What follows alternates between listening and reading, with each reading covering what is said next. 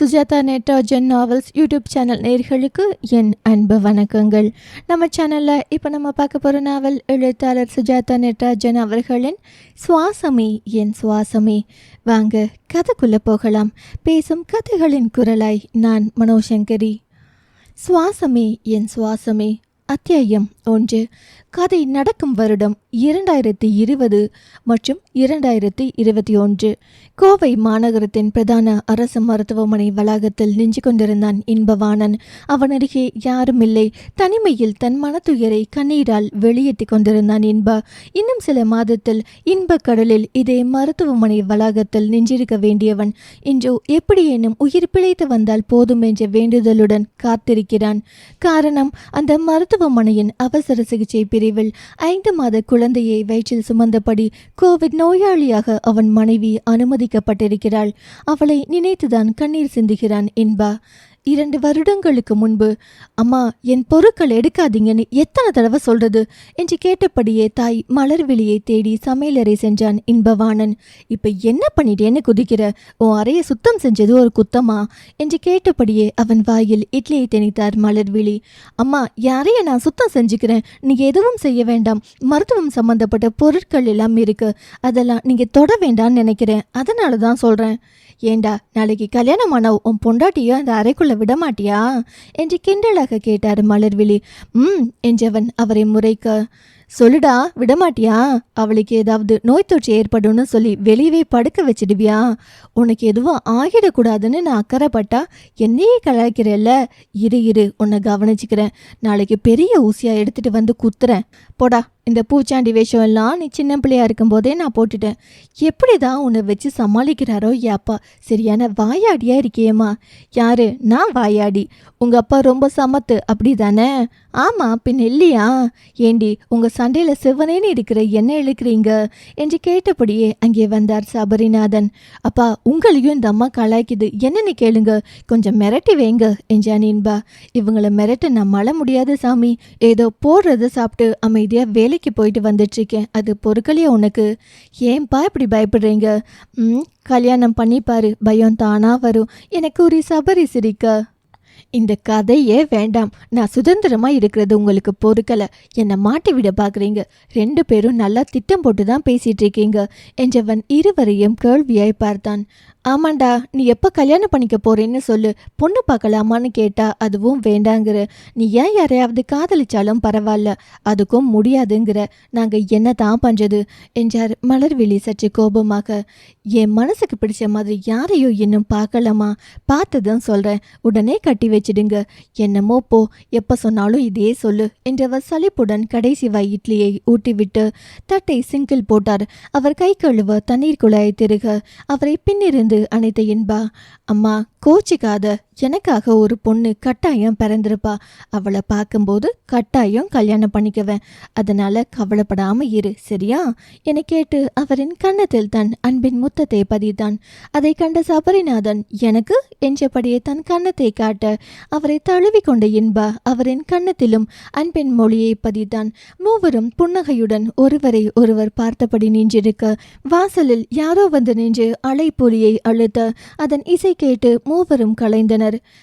யாரோ வந்திருக்காங்க போல, நீங்க போய் பாருங்க. இன்பா, இந்த தனியை குடி என்றார் மலர்விழி. சபரிநாதன் சமையலறையில் இருந்து வெளியே வந்து அலைப்பொலியை அழுத்தியது யாரென பார்க்க நின்றிருந்தவரை கண்டு வியப்பில் அதிர்ந்து நின்றார். வந்தவரோ சபரிநாதனை கண்டதும் உள்ள வரலாமா என்று கண்ணீர் குரலில் கேட்க அதிர்வு களைந்த சபரி வாங்க என கூறி அவரை உள்ளே அழைத்தார். அந்த நபருடன் ஒரு அம்மையாரும் வந்திருக்க இருவரும் அந்த வீட்டினுள் நுழைந்தனர். கண்ணீர் குரல் கேட்டதில் மலர்விழியும் சமையலறையில் இருந்து வேகமாக கூடத்திற்கு வர வந்தவர்களை கண்டு விழி நிறைந்த ஆச்சரியத்தை அடைந்தார். இன்பா புதிதாக வந்தவர்கள் இருவரையும் கேள்வியாய் பார்த்துவிட்டு தன் தந்தையிடம் இவங்க யாருப்பா என கேட்டான். இவங்க உன் அம்மாவோட அண்ணனும் அண்ணியும் என்றார் சபரிநாதன்.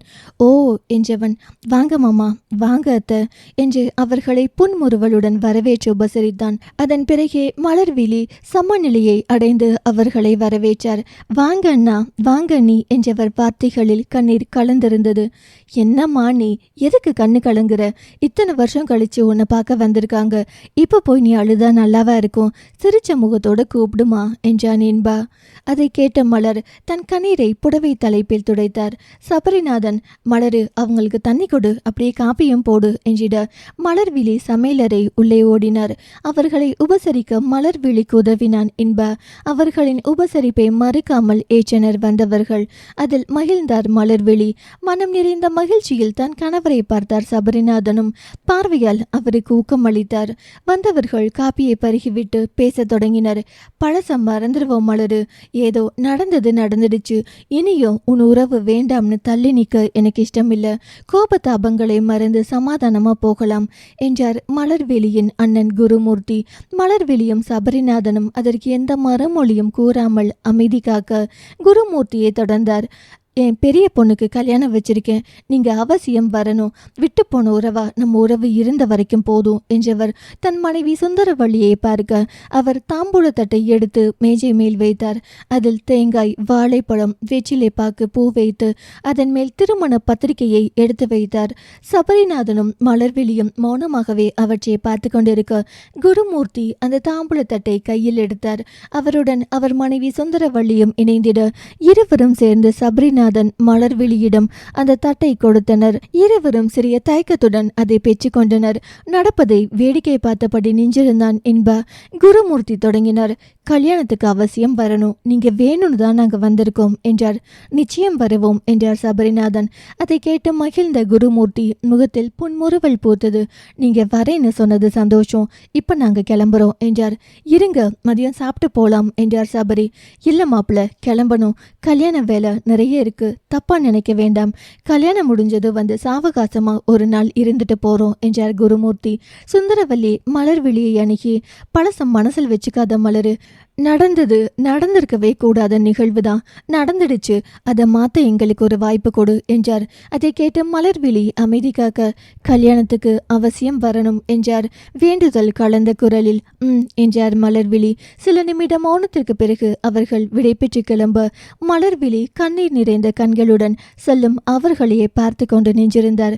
அம்மா, எது கலரைங்க, சந்தோஷமாய் இருக்க வேண்டிய நேரம் இது. இத்தனை வருஷமா புரிதல் இல்லாம நடந்த சண்டையால பிரிஞ்சிருந்ததா சொன்னீங்க, இப்ப அவங்களே புரிஞ்சுக்கிட்டு வந்திருக்காங்க, அதுக்காக நீங்க சந்தோஷப்படணும், இப்படி கண்ணை கசக்க கூடாது என்று இன்பா அவரின் கண்ணீரை துடைத்து விட்டான். அவன் கூறுவது உண்மைதான். குடும்பத்தில் ஏற்பட்ட சில சிக்கலான சம்பவங்கள் காரணமாக இத்தனை ஆண்டுகள் அவர்களை விட்டு விலகியிருந்த குடும்பம் இன்று அவர்களின் உறவை புதுப்பிக்க மீண்டும் அழைத்தது. மனம் கொள்ள ஆனந்தத்தை அள்ளி தந்தது. என்றாலும் மலர்விழி மனதில் ஏதோ ஒரு பாரம். அதை தன்னுள் மறைத்து முகத்தில் புன்னகையை பூசிக்கொண்டார். அதை கண்ட சபரி, மலரு, உன் வீட்டில் நம்ம வர சொல்லிட்டாங்கன்னு எங்க 2 பேரையும் டீல்ல விட்டுட மாட்டியே என்று கிண்டலாக கேட்டார். அவரை செல்லமாக அடித்த மலர், என் உலகமே நீங்க 2 பேரும் தான், உங்களை தாண்டி எனக்கு எதுவும் பெருசில்ல என்றார். அப்படியா என்றவர் இன்பாவிடம். இன்பா, இதெல்லாம் ஊருக்கு போற வரதான், அங்க போனதும் பாரு நம்ம சுத்தலில் விட போறா என்றார் சபரிநாதன். உங்களுக்கு எப்படி இப்படி ஒரு சந்தேகம் வரலாம், நடந்ததை மறந்துட்டீங்களா என்ற மலர்விழியின் கண்கள் கலங்கியது. அதை கண்ட சபரி, ஐயோ பைத்தியமே, சும்மா விளையாட்டுக்கு சொன்னேன், இதுக்கு போய் கண்ணை கசக்கிறியே என்றவர் மலர்விழியை தன்னோடு கட்டி கொண்டார். நீங்க 1000 சொல்லலாம், நான் உங்களை விட்டுடுவேன்னு மட்டும் சொல்லாதீங்க. எனக்கு தெரியாதா மலரு, எனக்காக என் கௌரவத்துக்காக எல்லாத்தையும் தூக்கி எரிஞ்சிட்டு வந்தவனி, உன்னை போய் சந்தேகப்படுவேனா? உன்னை குஷிப்படுத்த சொன்னேன், அதுவே உன்னை சங்கடப்படுத்தணும்னு எதிர்பார்க்கல, என்னை மன்னிச்சிடுமா என்று சமாதானம் செய்தார் சபரி. அதை கண்ட இன்பா, சரி நீங்க உங்க ரொமான்ஸை கண்டினியூ பண்ணுங்க, எனக்கு டியூட்டிக்கு போக நேரம் ஆயிடுச்சு, நான் கிளம்புறேன் என்றவன் புன்னகையுடன் அவர்களிடம் விடை பெற்று கிளம்பினான். அவன் சென்றதும் சபரி மலரிடம், ஆமா, அத்தை முறைக்கு சீர் செய்யணும் இல்ல, நம்ம மருமகளுக்கு என்ன வாங்கலாம் என்று கேட்டார். நம்ம மருமகளா என்றார் மலர் கேள்வியாய். ஓ அண்ணன் மகள் நமக்கு மருமக தானே? அவ பிறந்ததும் என் மருமகளா அவளை நினைச்சேன், அதெல்லாம் கனவாவே போயிடுச்சு மலரு, அதுல தான் பிரச்சனையே முளைச்சது, திரும்ப திரும்பவும் அதையே ஆரம்பிக்காத. கல்யாணத்துக்கு போறோம், முறை செய்கிறோம், வரோம், அத்தோடு நின்னுக்கலாம். இதை பத்தி பேசி திரும்பவும் ஒரு கலவரத்தை ஆரம்பிக்க வேணாம் என்றார் சபரி. மலர் விழியிடம் மௌனம். சரி மலரு, நான் கடைக்கு கிளம்புறேன். என்னென்ன வாங்கணும்னு லிஸ்ட் எழுதிவை. சீர்வரிசையில் எந்த குறையும் இருக்கக்கூடாது.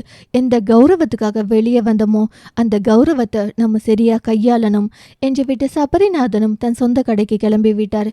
மலர்விழியின் மனமோ எப்படியோ இப்பவாவது நம்ம கூப்பிடணும்னு தோணுச்சே, அது வர சந்தோஷம் என்று நினைத்து அமைதியடைந்தது. அத்தியாயம் 2.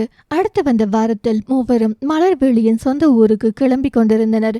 இன்பா ஊருக்கு கொண்டு செல்லும் பொருட்களை காரில் எடுத்து வைத்து கொண்டிருந்தான்.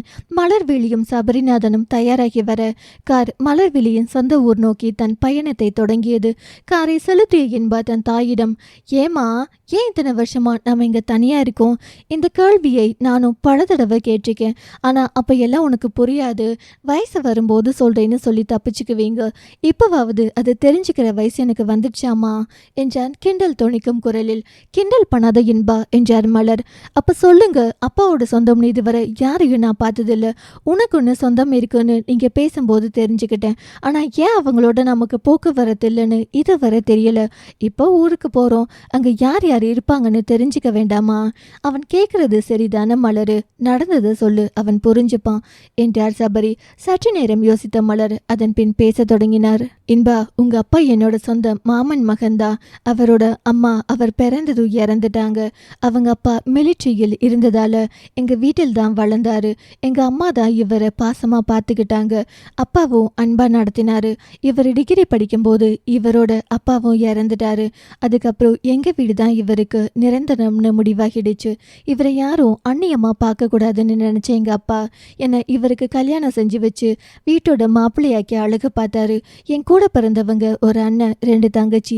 எங்க கல்யாணம் முடிஞ்சதும் அண்ணனுக்கு கல்யாணம் நடந்தது. அண்ணியும் சொந்தம்தான், எங்க அத்தை மகள். அதனால எங்களுக்கு எந்த வித்தியாசமும் தெரியல. எப்பவும் போல அண்ணனும் உங்க அப்பாவும் தோட்டம் துறவை பார்த்துக்கிட்டாங்க.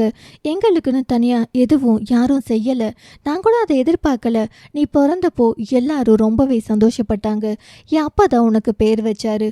இப்படி எல்லாமே நல்லா நடந்துட்டு இருந்தப்பதான் என் 2 தங்கச்சிங்களுக்கும் கல்யாண வயசு வந்துச்சு. அசலில் தான் மாப்பிள்ளை பார்த்தாங்க. சீர்வரிசை புதுசா வந்த மாப்பிள்ளைகளுக்குன்னு சிறப்பு கவனிப்புன்னு குடும்பம் விரிவாக ஆரம்பிக்கும் போதுதான் பிரச்சனை ஆரம்பிக்க தொடங்குச்சு என்ற மலர் சற்று இடைவெளி எடுத்து மீண்டும் தொடர்ந்தார். நியாயப்படி உங்க அப்பா தான் மூத்த மாப்பிள்ளை. முதல் மரியாதை அவருக்கு தான் கொடுக்கணும். ஆனா அதுதான் முதலில் பறிப்போச்சு. என் 2வது தங்கையோட கணவருக்கு தான் முதல் முக்கியத்துவம் கொடுக்க ஆரம்பிச்சாங்க. அதை பார்த்து 2வது தங்கை கணவர் கோச்சிக்க 2 பேருக்கும் சமமான உரிமையையும் மரியாதையையும் கொடுத்தாங்க. இதெல்லாம் முதலில் எனக்கு தப்பா தோணல. நானுமே அவங்க கோச்சிக்கும் போது சமாதானம் செஞ்சு வச்சவ தான். உங்க அப்பா அங்க எல்லாரும் சொல்லும் வேலையை செய்யறவரா மாறி போக நானே பெரிய காரணமா இருந்திருக்கேன். எனக்கே தெரியாம இப்படியே சில வருஷம் கழிஞ்சது. ஆடி சீர், பொங்கல் சீர், பண்டிகை சீர், திருவிழா சீருன்னு என் தங்கைகள் வீட்டுக்கு பல பொருட்கள் போகும். ஆனா எனக்குன்னு எதுவுமே வராது. சில நாள் வருத்தப்பட்டு உங்க அப்பா கிட்ட அழுதுருக்கேன். அதுக்கு அவரு, இது நம்ம வீடு மலரு, நம்ம வீட்டில் நாமளே பங்கு எதிர்பார்க்கிறது சரியா இருக்குமான்னு சொல்லுன்னு சொல்லி என்னை சமாதானம் செய்வாரு. இப்படி இருந்த நேரத்தில் தான் எங்க அண்ணனுக்கு முதல் குழந்தை பிறந்தது. கல்யாணமாகி ரொம்ப நாள் கழிச்சு அண்ணனுக்கு குழந்தை பிறந்ததில் எனக்கு ரொம்ப சந்தோஷம் என்று அவர் நிறுத்தினார். அதுக்கப்புறம் என்னாச்சுமா என்று அவன் கேட்க, மிச்சத்தை ஓ மாமா பொண்ணு கல்யாணம் முடிஞ்சதும் சொல்றேன் என்பா, இப்ப அதை நீ தெரிஞ்சுக்க வேண்டாம் என்ற மலர் அந்த சம்பாஷணைக்கு முற்றுப்புள்ளி வைத்தார். அப்படி என்ன நடந்திருக்கும் என்ற யோசனையில் மூழ்கினான் இன்பா. இன்பா, அம்மா சொன்னதை மனசுல ஏத்திக்காத. இப்ப அவங்க நம்ம மதிச்சு தான் கூப்பிட வந்திருக்காங்க. உன் அம்மாவுக்கு மட்டும் இல்ல, எனக்கும் அதுதான் வீடு. அதனால அங்க நீ எந்த மரியாதை குறைவான வார்த்தையும் உபயோகிக்க கூடாது. யாராவது வேண்டாதவங்க உன்னை சீண்டலாம், வம்பிழுக்கலாம். ஆனா நீ அதை மனசுல ஏத்திக்காத. அமைதியா ஒரு சிரிப்போட கடந்துடு, சரியா என்றார் சபரி.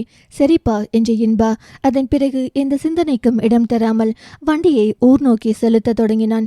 2 மணி நேர பயணத்திற்கு பிறகு மலர்விழியின் சொந்த ஊரை அடைந்தனர்.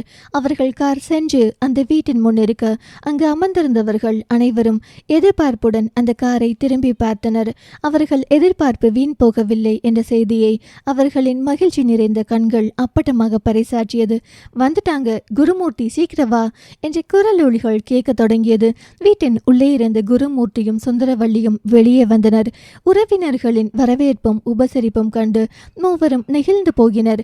மலர்விழியின் தங்கைகளும் அவர்களின் கணவர்மார்களும் கூட இவர்களை இன்முகத்துடன் வரவேற்று உபசரித்தனர். சபரிநாதனுக்கும் மலர்விழிக்கும் தாங்கள் இழந்ததை மீட்டெடுத்த உணர்வு மனதை நிறைத்தது. அவர்கள் உறவுகளோடு அளவலாவ தொடங்கினர். இன்பாவிடமும் கேள்வி பதில் பகுதியை அரங்கேற்றி கொண்டிருந்தனர் அனைவரும். அவனும் இன்முகத்துடன் அந்த கேள்விகளுக்கு பதிலளித்து கொண்டிருந்தான். திடீரென அவன் கைபேசி ஒலிக்க அவர்களிடம் ஒரு நிமிஷம் என்று கேட்டுக்கொண்டு வீட்டின் பின்கட்டிற்கு சென்றான். அந்த வீட்டின் பின்கட்டை ஒட்டியிருந்த கொள்ளை பக்கத்தில் சிறிய தோட்டம் இருந்தது. அதை கண்டதும் ஆசையாக அவ்விடம் சென்றான். அங்கிருந்த செடி கொடிகளை தொட்டு பார்த்து ரசித்தபடியே அலைபேசியில் அழைத்தவரோடு பேசிக் கொண்டிருந்தான். ஆளுயர மருதாணி செடியை அவன் தீண்ட அச்செடியின் மறுபுறமிருந்து ஒரு பெண் வெளியே வந்தாள். இருவரும் முன்வந்த வேகத்தில் சட்டென ஒருவர் மேல் ஒருவர் மோத அங்கிருந்த சேற்றில் கால் வலிக்கு அப்பெண் கீழே விழப்போனாள். அவளை தன் கரம் தன்னில் தாங்கி பிடித்தான் இன்ப. அவளோ நொடியில் சுதாரித்து கொண்டு அவன் பிடியிலிருந்து விலகினாள். தேங்க்ஸ் என்ற ஒற்றை வார்த்தையை உதிர்த்துவிட்டு விடுவிடுவென வீட்டின் உட்புறம் சென்று மறைந்து விட்டாள். இன்பாவின் இதயம் திடீர் தாக்குதலுக்குள்ளாகி அப்பெண்ணின் மேல் மையல் கொண்டது. தடுமாறிய மனதுடன் விழித்தபடி நின்றிருந்தவனை மீண்டும் ஒலித்த அலைபேசி அழைப்பு கலைக்க, திரும்ப கூப்பிடுறேன் என கூறி அதை அணைத்துவிட்டு தன் மனதை சேதப்படுத்திய பெண்ணை தேடி உள்ளே ஓடினான். பின்கட்டில் நின்று நாலாபுறமும் அவன் பார்வையை சுழல விட்டான். எங்கும் அவளை காணவில்லை. யோசனையுடன் நின்றிருந்தவனை தோளில் தட்டி கலைத்தார் சபரிநாதன். என்னப்பா இங்க நின்று என்னத்தை தேடுற என்றவர் கேட்க, எதையும் தேடலப்பா, சும்மா வீட்டை பார்த்துட்டு இருக்கேன் என கூறி மழுப்பினான். இன்பா, இப்பதான் உன் அம்மா முகத்தில் ஒரு சந்தோஷம் பூத்திருக்கு, கவனம் என்று விட்டு அவர் நகர, என் மனசோட தடுமாற்றம் அதுக்குள்ளே இவருக்கு எப்படி தெரிஞ்சது என்று யோசித்த இன்பா, அப்பா சொல்றதும் சரிதான், ஏதோ பிரச்சனை வந்துதான் இவங்க பிரிஞ்சிருக்காங்க, அதே மாதிரி பிரச்சனை திரும்ப வர வேண்டாம்னு நினைக்கிறாங்க போல, அதனாலதான் மீதி கதையை அப்புறம் சொல்றேன்னு சொல்லிட்டாங்க. இப்ப நம்ம பண்ற விஷயம் புது பிரச்சனையை ஏற்படுத்தினா என்ன பண்றது? வேண்டாம், நம்மளால அவங்க சந்தோஷம் கெட்டுட கூடாது என்று முடிவு செய்து மனதை கட்டுப்படுத்தினான். மலர்விழியை தேடி அவன் செல்ல, மாமா என்றொரு குரல் கேட்டு நின்றான். எதிரே ஒரு இளம் பெண் பாவாடை தாவணியில் எழில் ஓவியம் போல நடந்து வந்தாள். இவனை கண்டு புன்முறுவல் செய்தாள். ஹாய் மாமா, நான் ஆதிரே, உங்க தாய் மாமாவோட இரண்டாவது பொண்ணு என்று தன்னைத்தானே அறிமுகப்படுத்தி கொண்டாள். ஹாய், நான் இன்பா. தெரியும் மாமா, இப்போதான் பெரியத்த சொன்னாங்க, வாங்க நீங்க தங்க ரூம் காட்டுறேன், உங்க பொருட்கள் எல்லாம் அங்கு ஏற்கனவே போயாச்சு, நீங்க தான் ட்ரை பண்ணிட்டு வந்தீங்களாம், அதனால உங்களை கொஞ்ச நேரம் ஓய்வெடுக்க சொன்னாங்க, சாயங்காலம் எல்லாரும் குலதெய்வ கோயிலுக்கு போகணும் என்றபடியே அவனை அழைத்து கொண்டு சென்றாள். அத்தியாயம் 3. ஆதிரை இன்பாவுக்கு அவன் தங்க வேண்டிய அறையை காட்டினாள். இதுதான் மாமா, நல்லா இருக்கு ஆதிமா. ஐ, அதுக்குள்ளே எனக்கு ஒரு செல்ல பேர் வச்சிட்டிங்களே, தேங்க்ஸ் மாமா என்று முறுவழித்தாள் ஆதிரை. எனக்கு ஒரு தங்கச்சி இருந்திருந்தா உன்ன மாதிரி தானே இருந்திருப்பா, அதில் உனக்கு ஒன்றும் பிரச்சனை இல்லையே. அதெல்லாம் ஒன்றும் இல்லை மாமா, மற்றவங்கள என்னை வாயாடின்னு கிண்டலாக தான் கூப்பிடுவாங்க, நீங்கள் இப்படி கூப்பிட்டது எனக்கும் சந்தோஷமாக தான் இருக்குது. அது குளியலற மாமா, நீங்கள் கை கால் முகம் கழுவிக்கோங்க, உங்களுக்கு குடிக்க என்ன வேணும், டீ காபி இல்லைனா ஜூஸ் எது வேணும்னு சொல்லுங்கள், நான் கொண்டு வரேன். ஒரு பிளாக் டீ. ஓகே என்றவள் புன்னகையுடன் அங்கிருந்து நகர்ந்தாள். இன்பா தாங்கள் கொண்டு வந்திருந்த பையிலிருந்து ஒரு பூந்து வாழை துண்டை எடுத்துக்கொண்டு குளியலறை சென்றாள். முகம் கழுவி வந்தவன் அந்த அறையில் போடப்பட்டிருந்த மரக்கட்டிலில் ஆசுவாசமாக அமர்ந்தான். கட்டிலில் அமர்ந்தவன் ஜன்னல் திரையை விளக்க அந்த வீட்டின் கொள்ளைப்புறம் அழகாக காட்சியளித்தது. மெல்லிய தென்றல் வந்து முகத்தை வருட நாசியில் மருதாணியின் வாசம் எட்டி பார்த்ததை போல உணர்ந்தான்.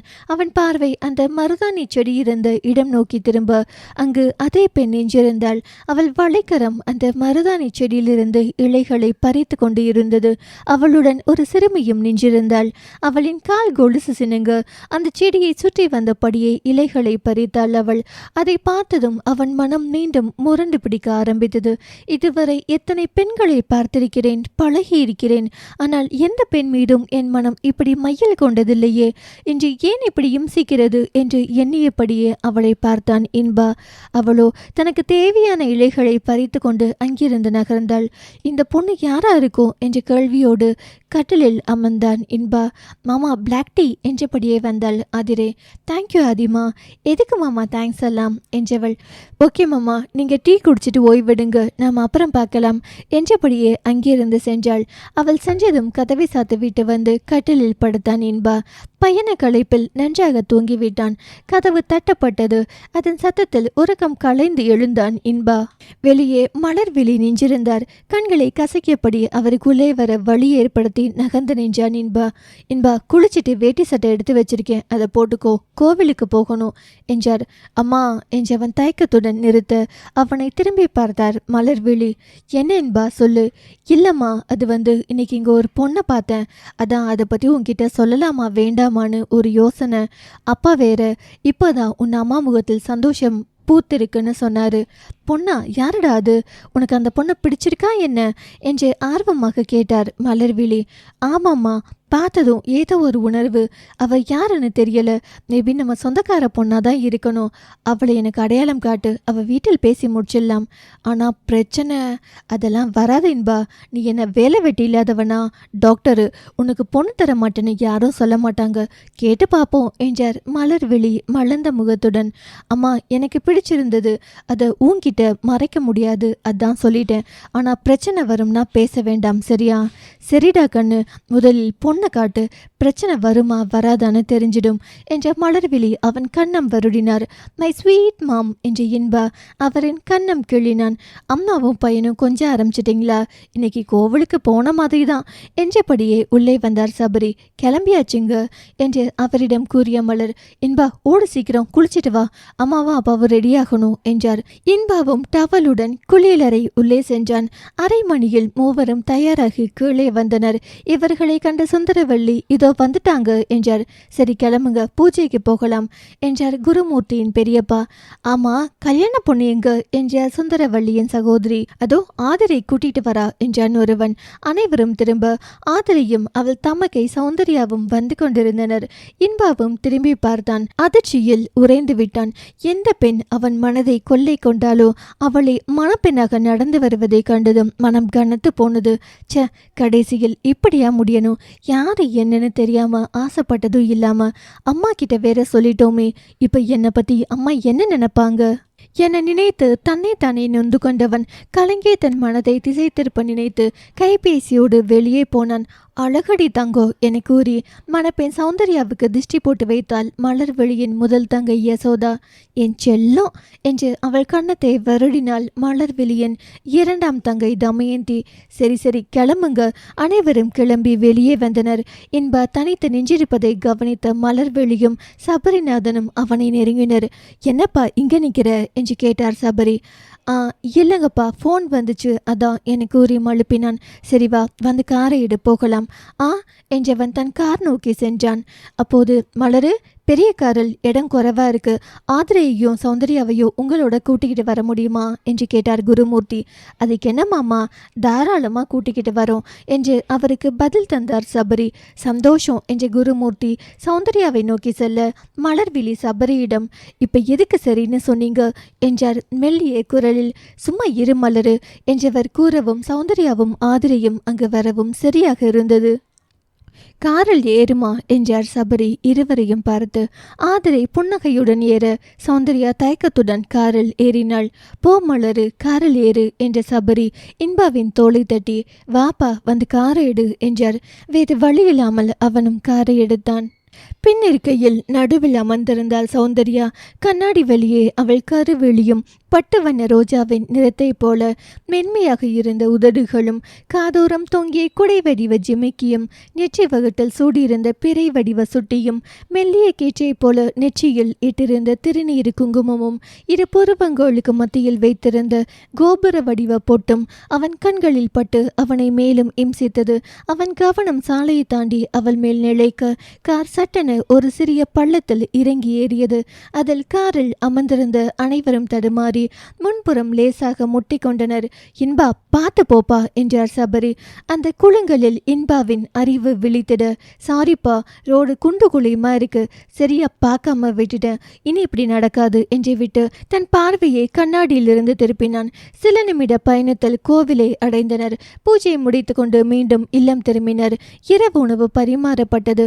அதை உண்டு முடித்ததும் குருமூர்த்தியின் பெரியப்பா, நாளைக்கு காலையில் நலங்கு, எல்லாரும் சீக்கிரம் எழுந்து வாங்க, நேரம் கடத்தாதீங்க, அப்புறம் சாயந்தரம் மாப்பிள்ளை அழைப்புக்கு நேரம் ஆகிடும் என்று அனைவருக்கும் கேட்கும்படி உரக்க சொன்னார். அருகே வீடு இருந்தவர்கள் விடை பெற்று கிளம்ப மற்றவர்கள் அங்கேயே தங்கி கொண்டனர். பூ தொடுப்பது, விசேஷத்திற்கு கூட்டத்தை வாசலை அலங்கரிப்பது என்று இரவை மற்றவர்கள் கோலாகலமாக கொண்டாடி கொண்டிருக்க இன்பா தனிமையின் துணை வேண்டி மொட்டை மாடி சென்றான். ஏன் இப்படி பண்றீங்க கடவுளே, நான் ஏன் இந்த பொண்ணை இப்ப பார்க்கணும், பார்த்ததும் ஏன் மனசு தடுமாறணும், இதுவரை எந்த பொண்ணு மேலேயும் இப்படி ஒரு ஈர்ப்பு வந்ததில்லை, அதனால தானே அம்மா கிட்ட கூட சொன்னேன், இப்போ இப்படி ஒரு சங்கடத்தை என் மனசால ஏற்றுக்க முடியலையே, நான் என்ன பண்ணுவேன் என்று ஆகாயத்தை பார்த்து கேட்டான் இன்பா. ஆகாயமோ மெல்லிய தென்றலை அனுப்பி அவன் மனதை மெல்ல வருடி விட்டது. தேகம் சிலருக்கு அப்படியே நின்றிருந்தான் இன்பா. அப்போது வீட்டை மின்விளக்கால் அலங்கரிக்கும் நபர்கள் அங்கே வந்தனர். மொட்டை மாடியை சுற்றிலும் விளக்குகளை போட்டு அதை ஒளிர வைக்க தொடங்கினர். இனி இங்கு தனிமை கிடைக்காது என்று நினைத்த இன்பா கீழே செல்ல எட்டு வைத்தான். அப்போதுதான் கீழே கொல்லைப்புறத்தில் அவள் அமர்ந்திருப்பதை கவனித்தான். அவள் முகம் வாடியிருந்தது. கையில் போடப்பட்டிருந்த மருதாணியை வெறித்தபடியே அமர்ந்திருந்தாள் சௌந்தர்யா. இந்த பொண்ணு ஏன் டல்லாவே இருக்கு, ஒருவேளை இந்த பொண்ணுக்கு இந்த கல்யாணம் பிடிக்கலையோ என்ற கேள்வியல இன்பாவின் மனம் தவிக்க தொடங்கியது. அக்கா, இங்கே எதுக்கு தனியா உட்கார்ந்திருக்க, உள்ளவா என்றபடியே அவளை இழுத்து சென்றாள் ஆதிரை. சரிதான், இந்த பொண்ணை கட்டாயப்படுத்தி கல்யாணம் பண்றாங்க போல என நினைத்தவன் மௌனமாக தனக்கு கொடுக்கப்பட்ட அறைக்கு போனான். அவன் மாடியிலிருந்து இறங்கி வரவும் ஆதிரையும் சௌந்தர்யாவும் கீழிருந்து மேலே வரவும் சரியாக இருக்க இருவரின் பார்வையும் சட்டென மோதிக்கொண்டது. ஹாய் மாமா என்றாள் ஆதிரை. அதில் களைந்தவன், ஹாய் ஆதிமா, சாப்பிட்டாச்சா என்றான் மென்னகையுடன். சாப்பிட்டாச்சு மாமா. சரிம்மா, எனக்கு கொஞ்சம் வேலை இருக்கு, அப்புறம் பேசலாம் என்று விட்டு நகர்ந்தான் இன்பா. சௌந்தர்யா அவர்கள் பேசிய எதையும் கவனிக்காமல் தன் அறைக்கு சென்று விட்டாள். இப்படி இருந்த சூழ்நிலையில் மறுநாள் காலை விடியல் அனைவரின் தலையிலும் இடியை இறக்கியது.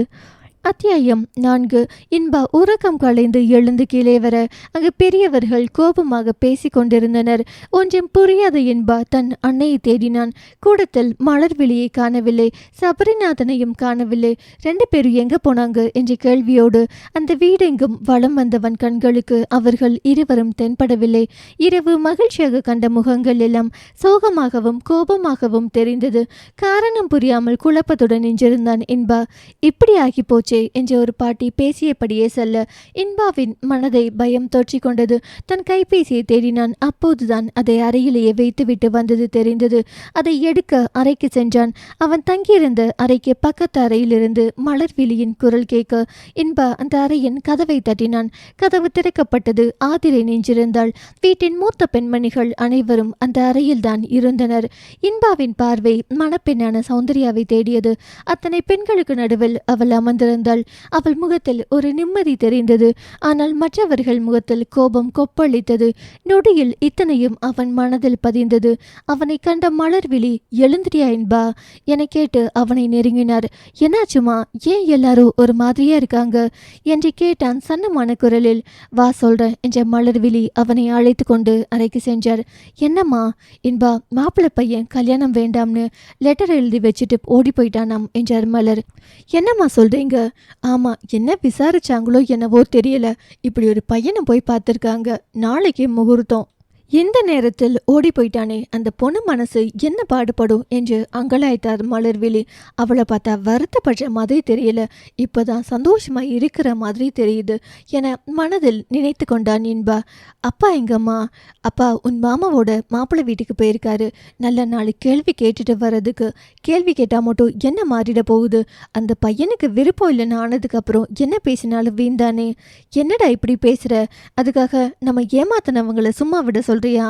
அப்படி இல்லைம்மா, பேசி என்ன ஆக போகுதுன்னு கேட்குறேன். பிரச்சனை பெருசானா எல்லாருக்கும் அவமானம் ஏற்படும், அதுக்கு சொல்கிறேன். ஆனாலும் அவங்கள கேட்காம எப்படி விடுறது? சரி, அப்போ நம்ம இன்னைக்கு சாயந்தரமே கிளம்பலாம் தானே? இன்னைக்கேவா? என்னம்மா, கல்யாணம் தான் நின்றுடுச்சே, அப்புறம் நமக்கு இங்கே என்ன வேலை இருக்குது? இல்லை இன்பா, எப்படி யாரோ மாதிரி சட்டுன்னு விட்டுட்டு கிளம்புறது? அவளுக்கு நான் அத்தடா. கல்யாணம் நல்லபடியாக முடிஞ்சிருந்தா கூட உடனே கிளம்பலாம். இந்த மாதிரி நேரத்தில் சட்டுன்னு கிளம்புனா அது நல்லா இருக்காது இன்பா. அப்போ ஒன்று பண்ணு, நீ 2 நாள் இங்கே இரு, நான் அப்புறமா வந்து உன்னை அழைச்சிட்டு போகிறேன். சரி என்றார் மலர்விழி அரை மனதுடன். அம்மா, ஒரு காஃபி கிடைக்குமா? இரு பார்க்குறேன் என்ற மலர்விழி அந்த அறையிலிருந்து வெளியேறினார். மாமா பொண்ணு கல்யாணம் நின்றுடுச்சே, அப்போ அந்த பொண்ணு நமக்கு தானோ? இதுதான் கடவுள் போட்டு முடிச்சா? அதுதான் நேற்று என் மனசில் பட்டாம்பூச்சியெல்லாம் பறந்துச்சா என தனக்கு தன்னை கேட்டுக்கொண்டே இன்பாவின் முகத்தில் புன்னகை அரும்பியது. ஆனால் வெளியே சென்ற மலர்விழி சில நிமிடங்களில் வேகமாக உள்ளே வந்தார். இன்பா, எல்லாத்தையும் எடுத்து வை, நம்ம இப்பவே கிளம்புறோம் என்றவர் உடைகளை எடுத்து பையில் வைக்க தொடங்கினார். இன்பா குழப்பத்துடன் நின்றிருக்க சபரிநாதனும் குருமூர்த்தியும் அங்கே வந்தனர். மலரு, கோவப்படாத, கொஞ்சம் பொறுமையா இரு என்றார் சபரி. உன்னை சங்கடப்படுத்த அப்படி கேட்கல மலரு, ஒருவேளை இதான் அவளுக்கு எழுதிய எழுத்தோன்னு நினைச்சுதான் கேட்டேன் என்றார் குருமூர்த்தி சங்கடமான குரலில். எந்த காரணத்துக்காக நாங்க இந்த வீட்டை விட்டு போனோமோ அதே இப்போ உரிமையோடு கேட்க உனக்கு எப்படி தோணுதன்னா? அன்னைக்கு எனக்கு இதே உரிமை இருக்குன்னு நினைச்சுதானே பேசினேன். அப்போ மற்றவங்களை பேச விட்டு வேடிக்கை பார்த்தியே, இப்போ என்ன? இப்போவும் நாங்கள் பெரிய வசதியா எல்லாம் இல்லை, வாடகை வீடு தான், சின்ன வியாபாரம், எங்களுக்கு உங்க அளவு கௌரவம் வந்துடல. ஒருவேளை என் புருஷன் மாதிரியே ஒருத்தர் வேணும்னு நினைச்சுதான் கேட்டியா என்று மலர் கண்கள் கோபத்தில் சிவந்திருந்தது. கண்களில் கண்ணீர் கொதிப்புடன் வந்து விழுந்தது. அவரின் சத்தம் கேட்டு பக்கத்தறையில் இருந்த சுந்தரவள்ளி, யசோதா, தமயந்தி மூவரும் வந்து விட்டனர். மலர்விழியின் கோபமான முகபாவம், குருமூர்த்தியின் சங்கடமான முகமும் சுந்தரவள்ளிக்கு நடந்ததை ஊகிக்க உதவியது. என்றாலும் விளக்கமாக தெரிந்து கொள்ள குருமூர்த்தியிடம் விசாரித்தார். என்னாச்சு மாமா, மலரையே கோபமா இருக்கா என்றார். பெரியப்பா ஒரு விஷயம் கேட்டாரு, நானும் அதை மலருக்கிட்ட கேட்டேன், அதான் அதுக்கு கோபம் வந்துடுச்சு என்றார் குருமூர்த்தி. என்ன விஷயம் அண்ணா என்றாள் யசோதா. இந்த கல்யாணம் நிற்க வேண்டாம், உன் தங்கச்சி மகனுக்கே உன் பிள்ளையை கட்டி கொடுத்துட்டுன்னு பெரியப்பா சொன்னாரு. எனக்கும் அது சரியா பட்டுச்சு, அதுதான் கேட்டேன். இந்த பிள்ளைக்கு கோபம் வந்துடுச்சு என்றார் குருமூர்த்தி. அதை கேட்ட இன்பாவின் மனம் சொல்லிலடங்க இன்பத்தை அடைந்தது. ஆனால் தன் தாயின் கோபத்திற்கு காரணம் என்ன என்று புரியாமல் அந்த இன்பத்திற்கு தடை போட்டு கட்டுப்படுத்தினான். உன் கோபம் நியாயம்தான்க்கா, அதுக்கு காரணமும் நாங்கள் 2 பேரும் தான், அதுக்காக எங்களை மன்னிச்சுடு. அப்போ நாங்கள் ஏதோ பேசிட்டோம், நீயும் கோச்சிக்கிட்டு வீட்டை விட்டே போயிட்ட. நீ போனதுக்கு அப்புறம் தான் நாங்கள் பேசினது எத்தனை பெரிய தப்புன்னு புரிஞ்சது. ஆனால் நடந்ததை மாற்ற முடியாதுன்னு அப்படியே விட்டுட்டோம். நாங்கள் அண்ணன்கிட்ட கூட இதுவரை நாங்கள் செஞ்ச தப்புக்கு மன்னிப்பு கேட்கல, அதுக்காக இப்போ உங்கள் எல்லார்கிட்டையும் மன்னிப்பு கேட்டுக்கிறோம். எங்களையும் நாங்கள் பேசினதை மறந்து மன்னிச்சுடுங்க. இத்தனை வருஷம் எந்த காரணத்துக்காக பிரிஞ்சிருந்தோமோ இப்போ அதே காரணம் நம்மளை சேர்த்து வைக்கட்டும் என்று யசோதா மலர்விழியை அணுகினாள். அவளுடன் தமயந்தியும் இணைந்து கொண்டாள். அக்கா, நீ சொன்ன மாதிரி சௌந்தர்யா உனக்கு மருமக தான், அதை யாராலும் மாற்ற முடியாது, அது கடவுள் போட்ட முடிச்சு. இப்ப பாரு, வேற மாப்பிள்ளை பார்த்தோம், அது நடக்கலையே. கோபத்தை மறந்து நம்ம மருமகளை உன் வீட்டு மருமகளா ஏற்றுக்கோக்கா. தப்பு எங்க மேலே தானே. அண்ணனோ அண்ணியோ பேசலையே, வேணும்னா நாங்கள் கூட இனி இங்கே வரதை நிறுத்திக்கிறோம் என்றாள் தமயந்தி. அவளை முறைத்தார் மலர்விழி. நான் வந்து உங்களெல்லாம் பிரிச்சுட்டேன்னு ஊர் பேசணும், அதானே உனக்கு வேணும் என்று கர்ஜித்தார். மலரு, கோவப்படாத என்று அவரை கட்டுப்படுத்தினார் சபரி. அங்கே கனத்த நிசப்தம். அதை கலைத்தார் குருமூர்த்தி. மலரு, உன் கோபம் நியாயம்தான், நடந்த எதையும் மாற்றவோ மறுக்கவோ முடியாது. என் வீட்டோட மாப்பிள்ளையாக்கி உன் மகனை நாங்கள் கேட்கல, என் மகளை உன் வீட்டு மருமகளா ஏற்றுக்குவியான்னு தான் கேட்குறோம். நீ என் தங்கச்சி, வசதியே இல்லைனாலும் என் மகளை நீ தங்கத்தட்டில் வச்சு தாங்குவ, எனக்கு அந்த நம்பிக்கை இருக்கு. என் மகளும் வசதிக்காக வாழ்றவ கிடையாது, அவளும் உன்ன மாதிரி தான். உனக்கு இஷ்டம் இருந்தா சந்தோஷமா என் மகளை தாரவாது தரேன், இல்லைனா அவ தலையெழுத்து எப்படியோ அப்படியே நடக்கட்டும் என்ற தீர்க்கமான குரலில். மாமா, நான் பேசுகிறேன், கொஞ்சம் டைம் கொடுங்க. அவளுக்கும் ஆசைதான். ஆனா சந்தர்ப்பம் அவளை கோவப்பட வைக்குது என்றார் சபரி. எனக்கு ஒன்றும் ஆசை இல்லாம இல்ல. எவனோ ஓடிட்டான்னு என் மகனை கேட்குறாங்க. அவன் என்ன இதுக்கு பதிலா அதுங்கிற மாதிரி மாத்திக்கிற பொருளா? அக்கா, உன்கிட்ட முன்னாடியே கேட்டுப்பாங்க. அவங்களுக்கும் அந்த ஆசை இருந்தது. ஆனா நீ கோவப்படுவன்னு தான் வேற மாப்பிள்ளை பார்த்தாங்க என்றாள் தமயந்தி. இதுக்கு மேல ஓ இஷ்டம் மலரு. நாங்க யாரும் உன்னை எதுக்கும் கட்டாயப்படுத்தல என்ற குருமூர்த்தி. எல்லாரும் வாங்க, அவளை தொல்லை பண்ணாதீங்க. கல்யாணம் நடக்காதுன்னு சொந்த பந்தத்துக்கு சொல்லுங்க போங்க என்ற குருமூர்த்தி மற்றவர்களை வெளியே அனுப்பினார். அவரும் வெளியே செல்ல எத்தனைக்கு முன் திரும்பி ஒரு முறை தன் தங்கையை பார்த்தார். பின் சென்று விட்டார். அவரின் பார்வையின் பொருளை உணர்ந்த மலர் அப்படியே சுவரில் சாய்ந்து அமர்ந்து விட்டார். அவரின் கோபமும் ஆற்றாமையும் கண்ணீராய் வெளியேறியது. சபரிநாதனும் சோர்வுடன் கட்டிலில் அமர்ந்து கொண்டார். மலர் வெளியை நெருங்கினான் இன்பா. அவரை தன் நெஞ்சில் சாய்த்து கொண்டவன், அழாதம்மா, உனக்கு இஷ்டம் இல்லைனா நம்ம இப்பவே இங்கிருந்து கிளம்பிடலாம் என்றான். இன்பா, அவ பிறந்தப்ப என் மருமகள்னு அவளை சொன்னேன். அதுக்கு எப்படியெல்லாம் பேசி என் மனசை நோகடிச்சாங்க தெரியுமா? மொத்தமாக எல்லா சொத்தையும் எழுதி வாங்க நாங்கள் பிளான் பண்ணிட்டோம்னு பேசினாங்க. இப்போ எதுக்கு இப்படி கேட்கணும்? ஏற்கனவே உங்கள் அப்பா அனுபவிச்ச அவமானமே போதும். நீயும் அவமானப்பட வேண்டாம். நான் அவமானப்பட என்ன இருக்குமா? இப்போ அவங்க கேட்டதுக்கு நீங்கள் பெருமைப்படணும். உங்கள் மகனை நீங்கள் மற்றவங்க மதிக்கிற அளவுக்கு வளர்த்துருக்கீங்கன்னு பெருமைப்படுங்க. இப்போ அவங்க தான் உங்ககிட்ட கேட்குறாங்க, நீங்கள் இல்லை. அதுவும் இல்லாமல் நீங்க தானே சொன்னீங்க இந்த மாதிரி நேரத்தில் நம்ம துணையா இருக்கணும்னு. அப்புறம் ஏன் கோவப்படுறீங்க? வேண்டான்னா வேண்டான்னு பக்குவமா சொல்லுங்க, நம்ம கிளம்பலாம் என்றான் இன்பா. வேண்டான்னு சொல்ல உங்க அம்மாவுக்கு மனசு வராது இன்பா என்றார் சபரி. அப்படியாமா? அவரிடம் மௌனம். அப்புறம் ஏன் வருத்தப்பட்டு அழுதுட்டு உட்கார்ந்துருக்கீங்க? போங்க, போய் உங்க சம்மதத்தை சொல்லுங்க என்றான் இன்பா. இன்பா என்ற மலர்விழி கண்ணீர் நிறைந்த பார்வையுடன் அவனை பார்த்தார். அம்மா, உங்களுக்கு மருமகளா அந்த பொண்ணுதான் வரணும்னு அவ பிறந்தப்பவே நீங்க முடிவு பண்ணிட்டீங்க தானே? அதனால தான் உங்களுக்கு வேற எந்த பொண்ணையும் இதுவரை பிடிக்கவே இல்லை. அப்போ உங்க ஆசையை நிறைவேற்றுற பொறுப்பு எனக்கு இருக்கு. உனக்கு அந்த பெண்ணை பிடிச்சிருக்கா இன்பா என்று கேட்டார் சபரி. பிடிச்சிருக்குப்பா, நீங்க போய் சம்மதம் சொல்லுங்க. இன்பா, நாளைக்கு யாராவது உன்னை அவமானப்படுத்தினா என்னால தாங்கிக்க முடியாது என்றார் மலர். அப்படி எதுவும் நடக்காதுமா, கவலைப்படாதீங்க. அவமானம் வர மாதிரி நானும் நடந்துக்க மாட்டேன் என்று உறுதியளித்தான் இன்பா. தன் மன அழுத்தத்தை கொஞ்ச நேரம் அழுது தீர்த்த மலர்விழி சபரிநாதனுடன் கீழே சென்றார். இன்பா, அந்த பொண்ணுக்கு நம்ம பிடிக்குமான்னு தெரியலையே என்ற யோசனையுடன் அமர்ந்தான். கீழே வந்த மலர்விழி, அண்ணா என்று அழைத்தார் குருமூர்த்தியை. அவரை கண்டதும் எழுந்து வந்தார் குருமூர்த்தி. சொல்லு மலரு, என் பையன் உங்க மகளை கட்டிக்கிடுவான், கல்யாணத்துக்கு ஏற்பாடு பண்ணுங்க என்றார் கணீர் குரலில். அதை கேட்ட அனைவரின் மனதிலும் சந்தோஷம் ஏற்பட்டது. முகங்களில் புன்னகை பூ பூத்தது. சந்தோஷம் மலரு, ரொம்ப சந்தோஷம். உனக்கு காலத்துக்கும் இந்த அண்ணன் நன்றி கடன் பட்டிருக்கேன் என்றார் குருமூர்த்தி. என்ன மாமா நீங்க என்று அவரை தடுத்தார் சபரி. நன்றி மாப்பிள்ள என்றார் குருமூர்த்தி சபரிநாதனிடம். வாங்க, கல்யாண வேலையை பார்க்கலாம் என்று அவரை அழைத்து சென்றார் சபரி. மலர்விழியை நெருங்கினார் சுந்தரவெள்ளி. தன் கைகளை கூப்பி அவர் நன்றி என்றிட யசோதாவும் தமயந்தியும் தன் சகோதரியை கட்டிக்கொண்டு மன்னிப்பு வேண்டினர்.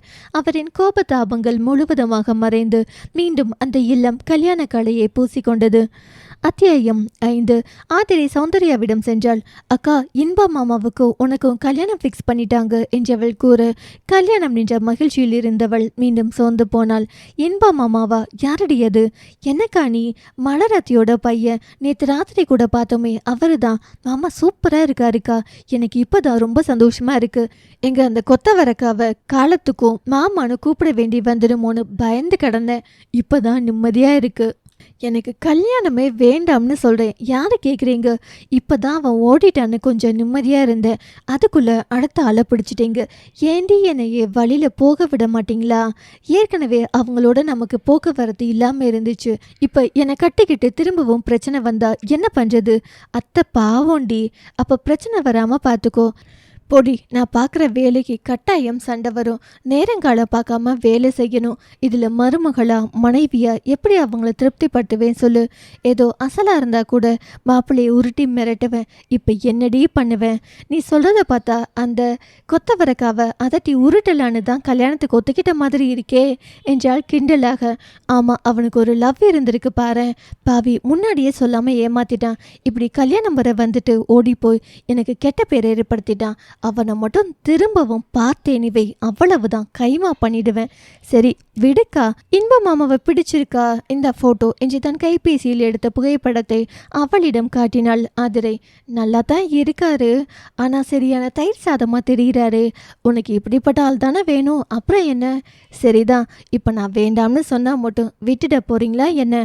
எல்லாரும் வந்து கன்வின்ஸ் பண்றேன்ற பேர்ல இன்னும் அரை நாள் அறுப்பாங்க, விடு பார்த்துக்கிறேன் என்றாள் சௌந்தர்யா. அப்போது அங்கே சுந்தரவள்ளி வந்தார். சௌந்தர்யா, சீக்கிரம் ரெடியாகி வா, நலுங்கு வைக்கணும் என்றார். அவளை நெருங்கிய சுந்தரவள்ளி அவள் தலையை வருடி கொடுத்தார். கோவமா பாப்பா? எனக்கு கல்யாணமே வேண்டான்னு சொன்னேன், அதே நீங்கள் பெருசாக எடுத்துக்கல, இப்போ என்ன கோவமானு கேட்குற? இல்லை பாப்பா, உன்னை அத்தைக்கு உன் மேலே கொள்ள ஆசை. உன்னை பிறந்ததுலேருந்தே மருமகளேன்னு தான் கூப்பிடுவா.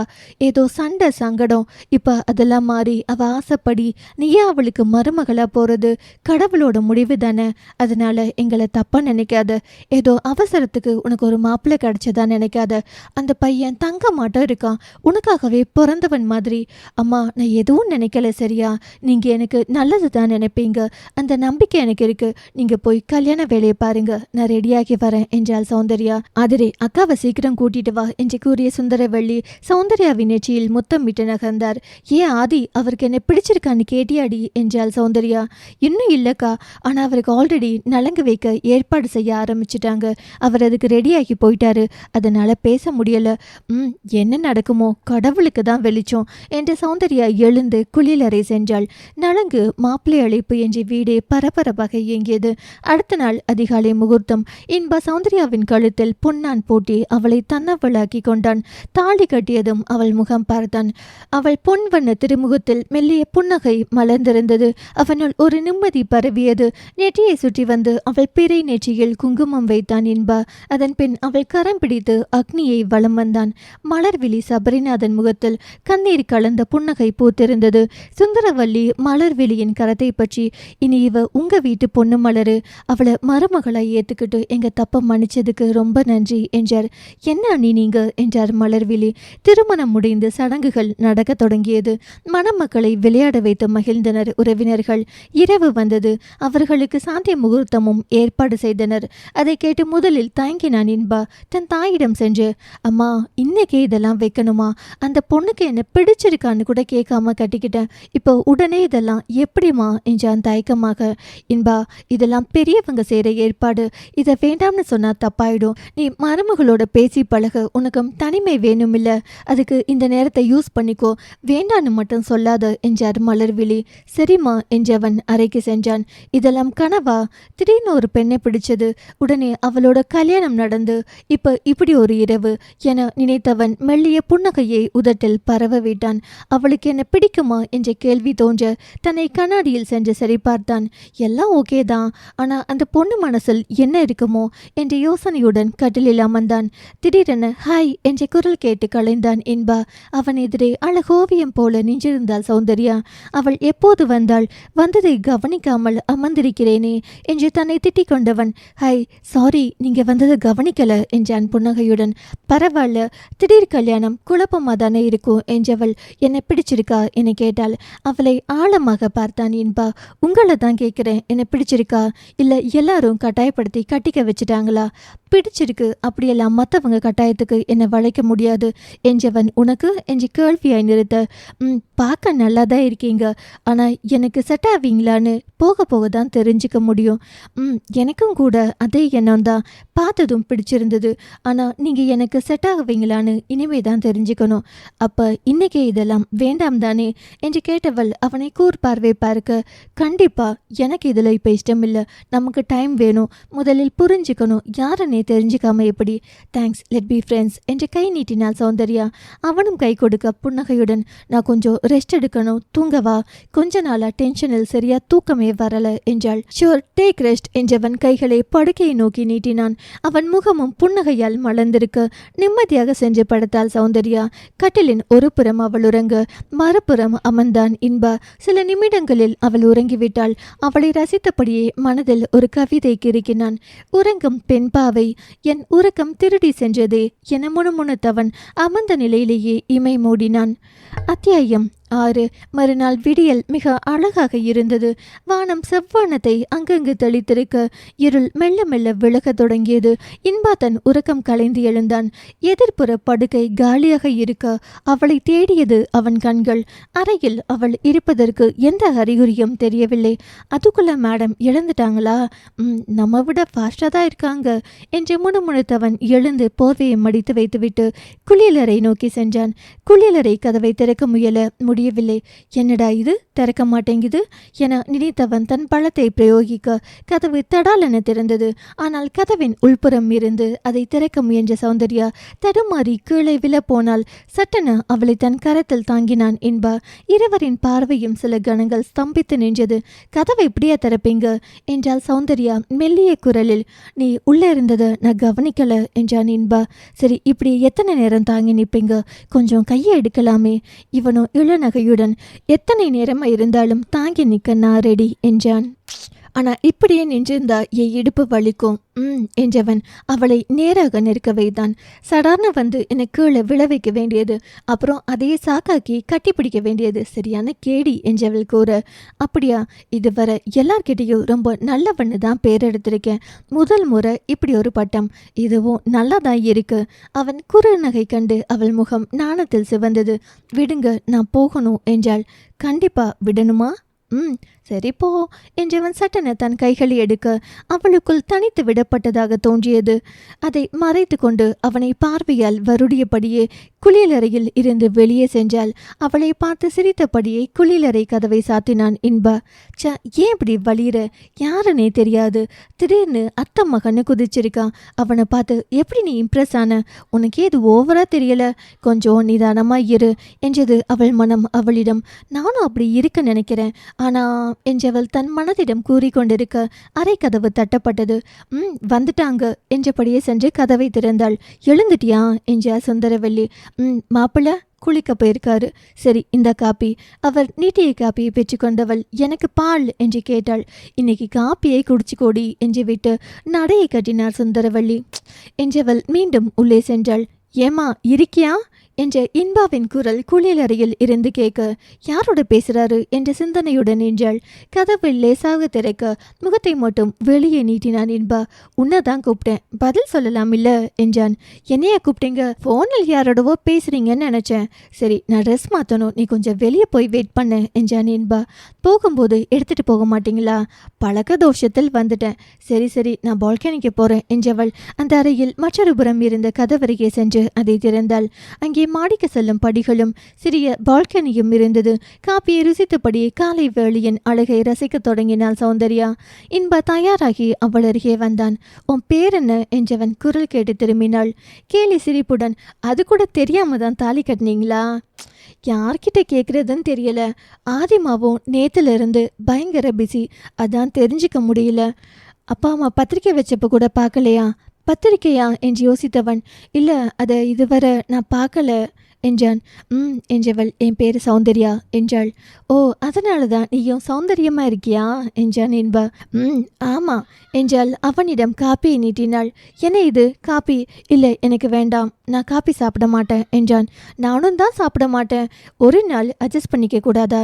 எங்கள் வீட்டில் உள்ளவங்களுக்கு உங்களுக்கு எது பிடிக்கும் எது பிடிக்காதுன்னு எப்படி தெரியும்? ஏமா டென்ஷன் ஆகிற என்றவன் அவளிடமிருந்த காப்பியை வாங்கி குடிக்க தொடங்கினான். அது என்றாள் அவள். அதற்குள் இன்பாவின் தாய் மலர்விழி அவர்களை அழைத்தார். இன்பா, இதோ வரேம்மா என்றபடியே அவன் செல்ல அவனிடம், குளிச்சிட்டியா இன்பா?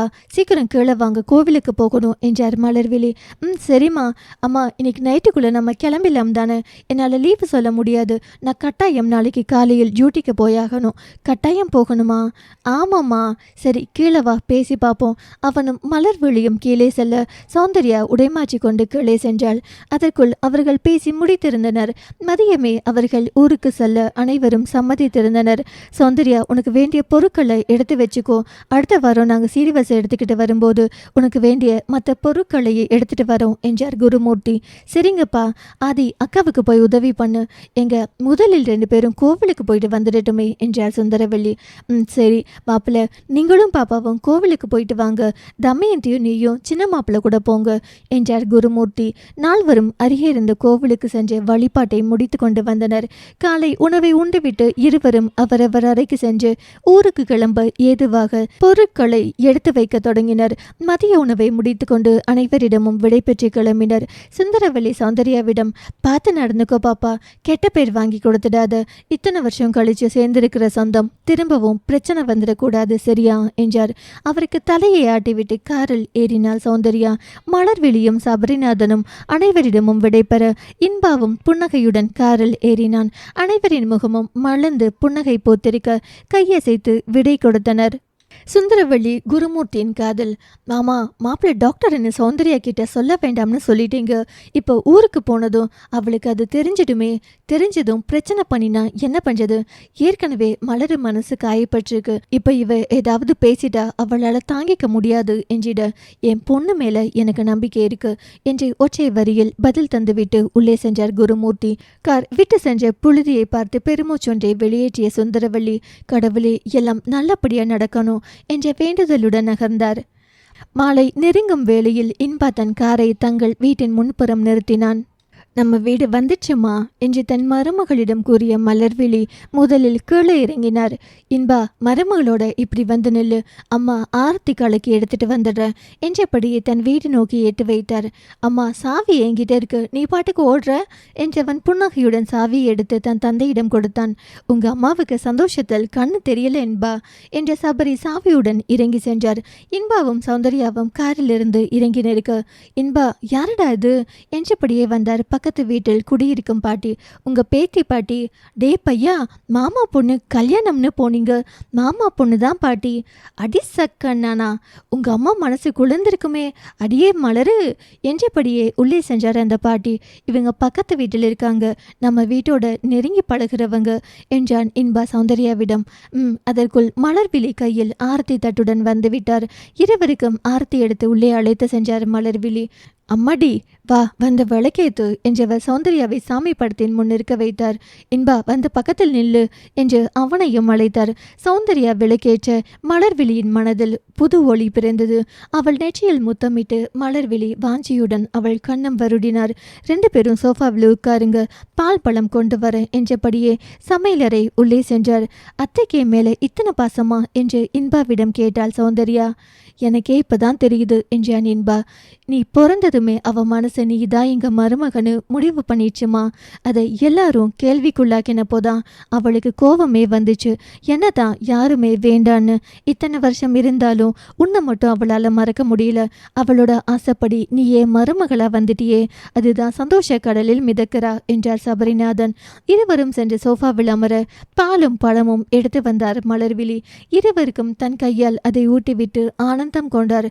அதற்குள் அக்கம் பக்கம் இருந்த சிலரும் வந்துவிட கொஞ்ச நேரம் அவர்களோடு பேசிக் கொண்டிருந்தனர். நால்வரும் அவர்கள் விடை பெற்று கிளம்பவும், மலரு, நான் போய் நைட் டிஃபன் வாங்கிட்டு வந்துடுறேன், நீ ஏதாவது ஸ்வீட் பண்ணிடு என்றபடியே எழுந்தார் சபரி. அம்மாடி, நீ போய் கை கால் முகம் கழுவிட்டு ட்ரெஸ் மாத்திக்கோ, இன்பா கூட்டிட்டு போ என்று அவர்களை அனுப்பினார் மலர்விழி. தன் அறைக்கு அவளை அழைத்து சென்றான் இன்பா.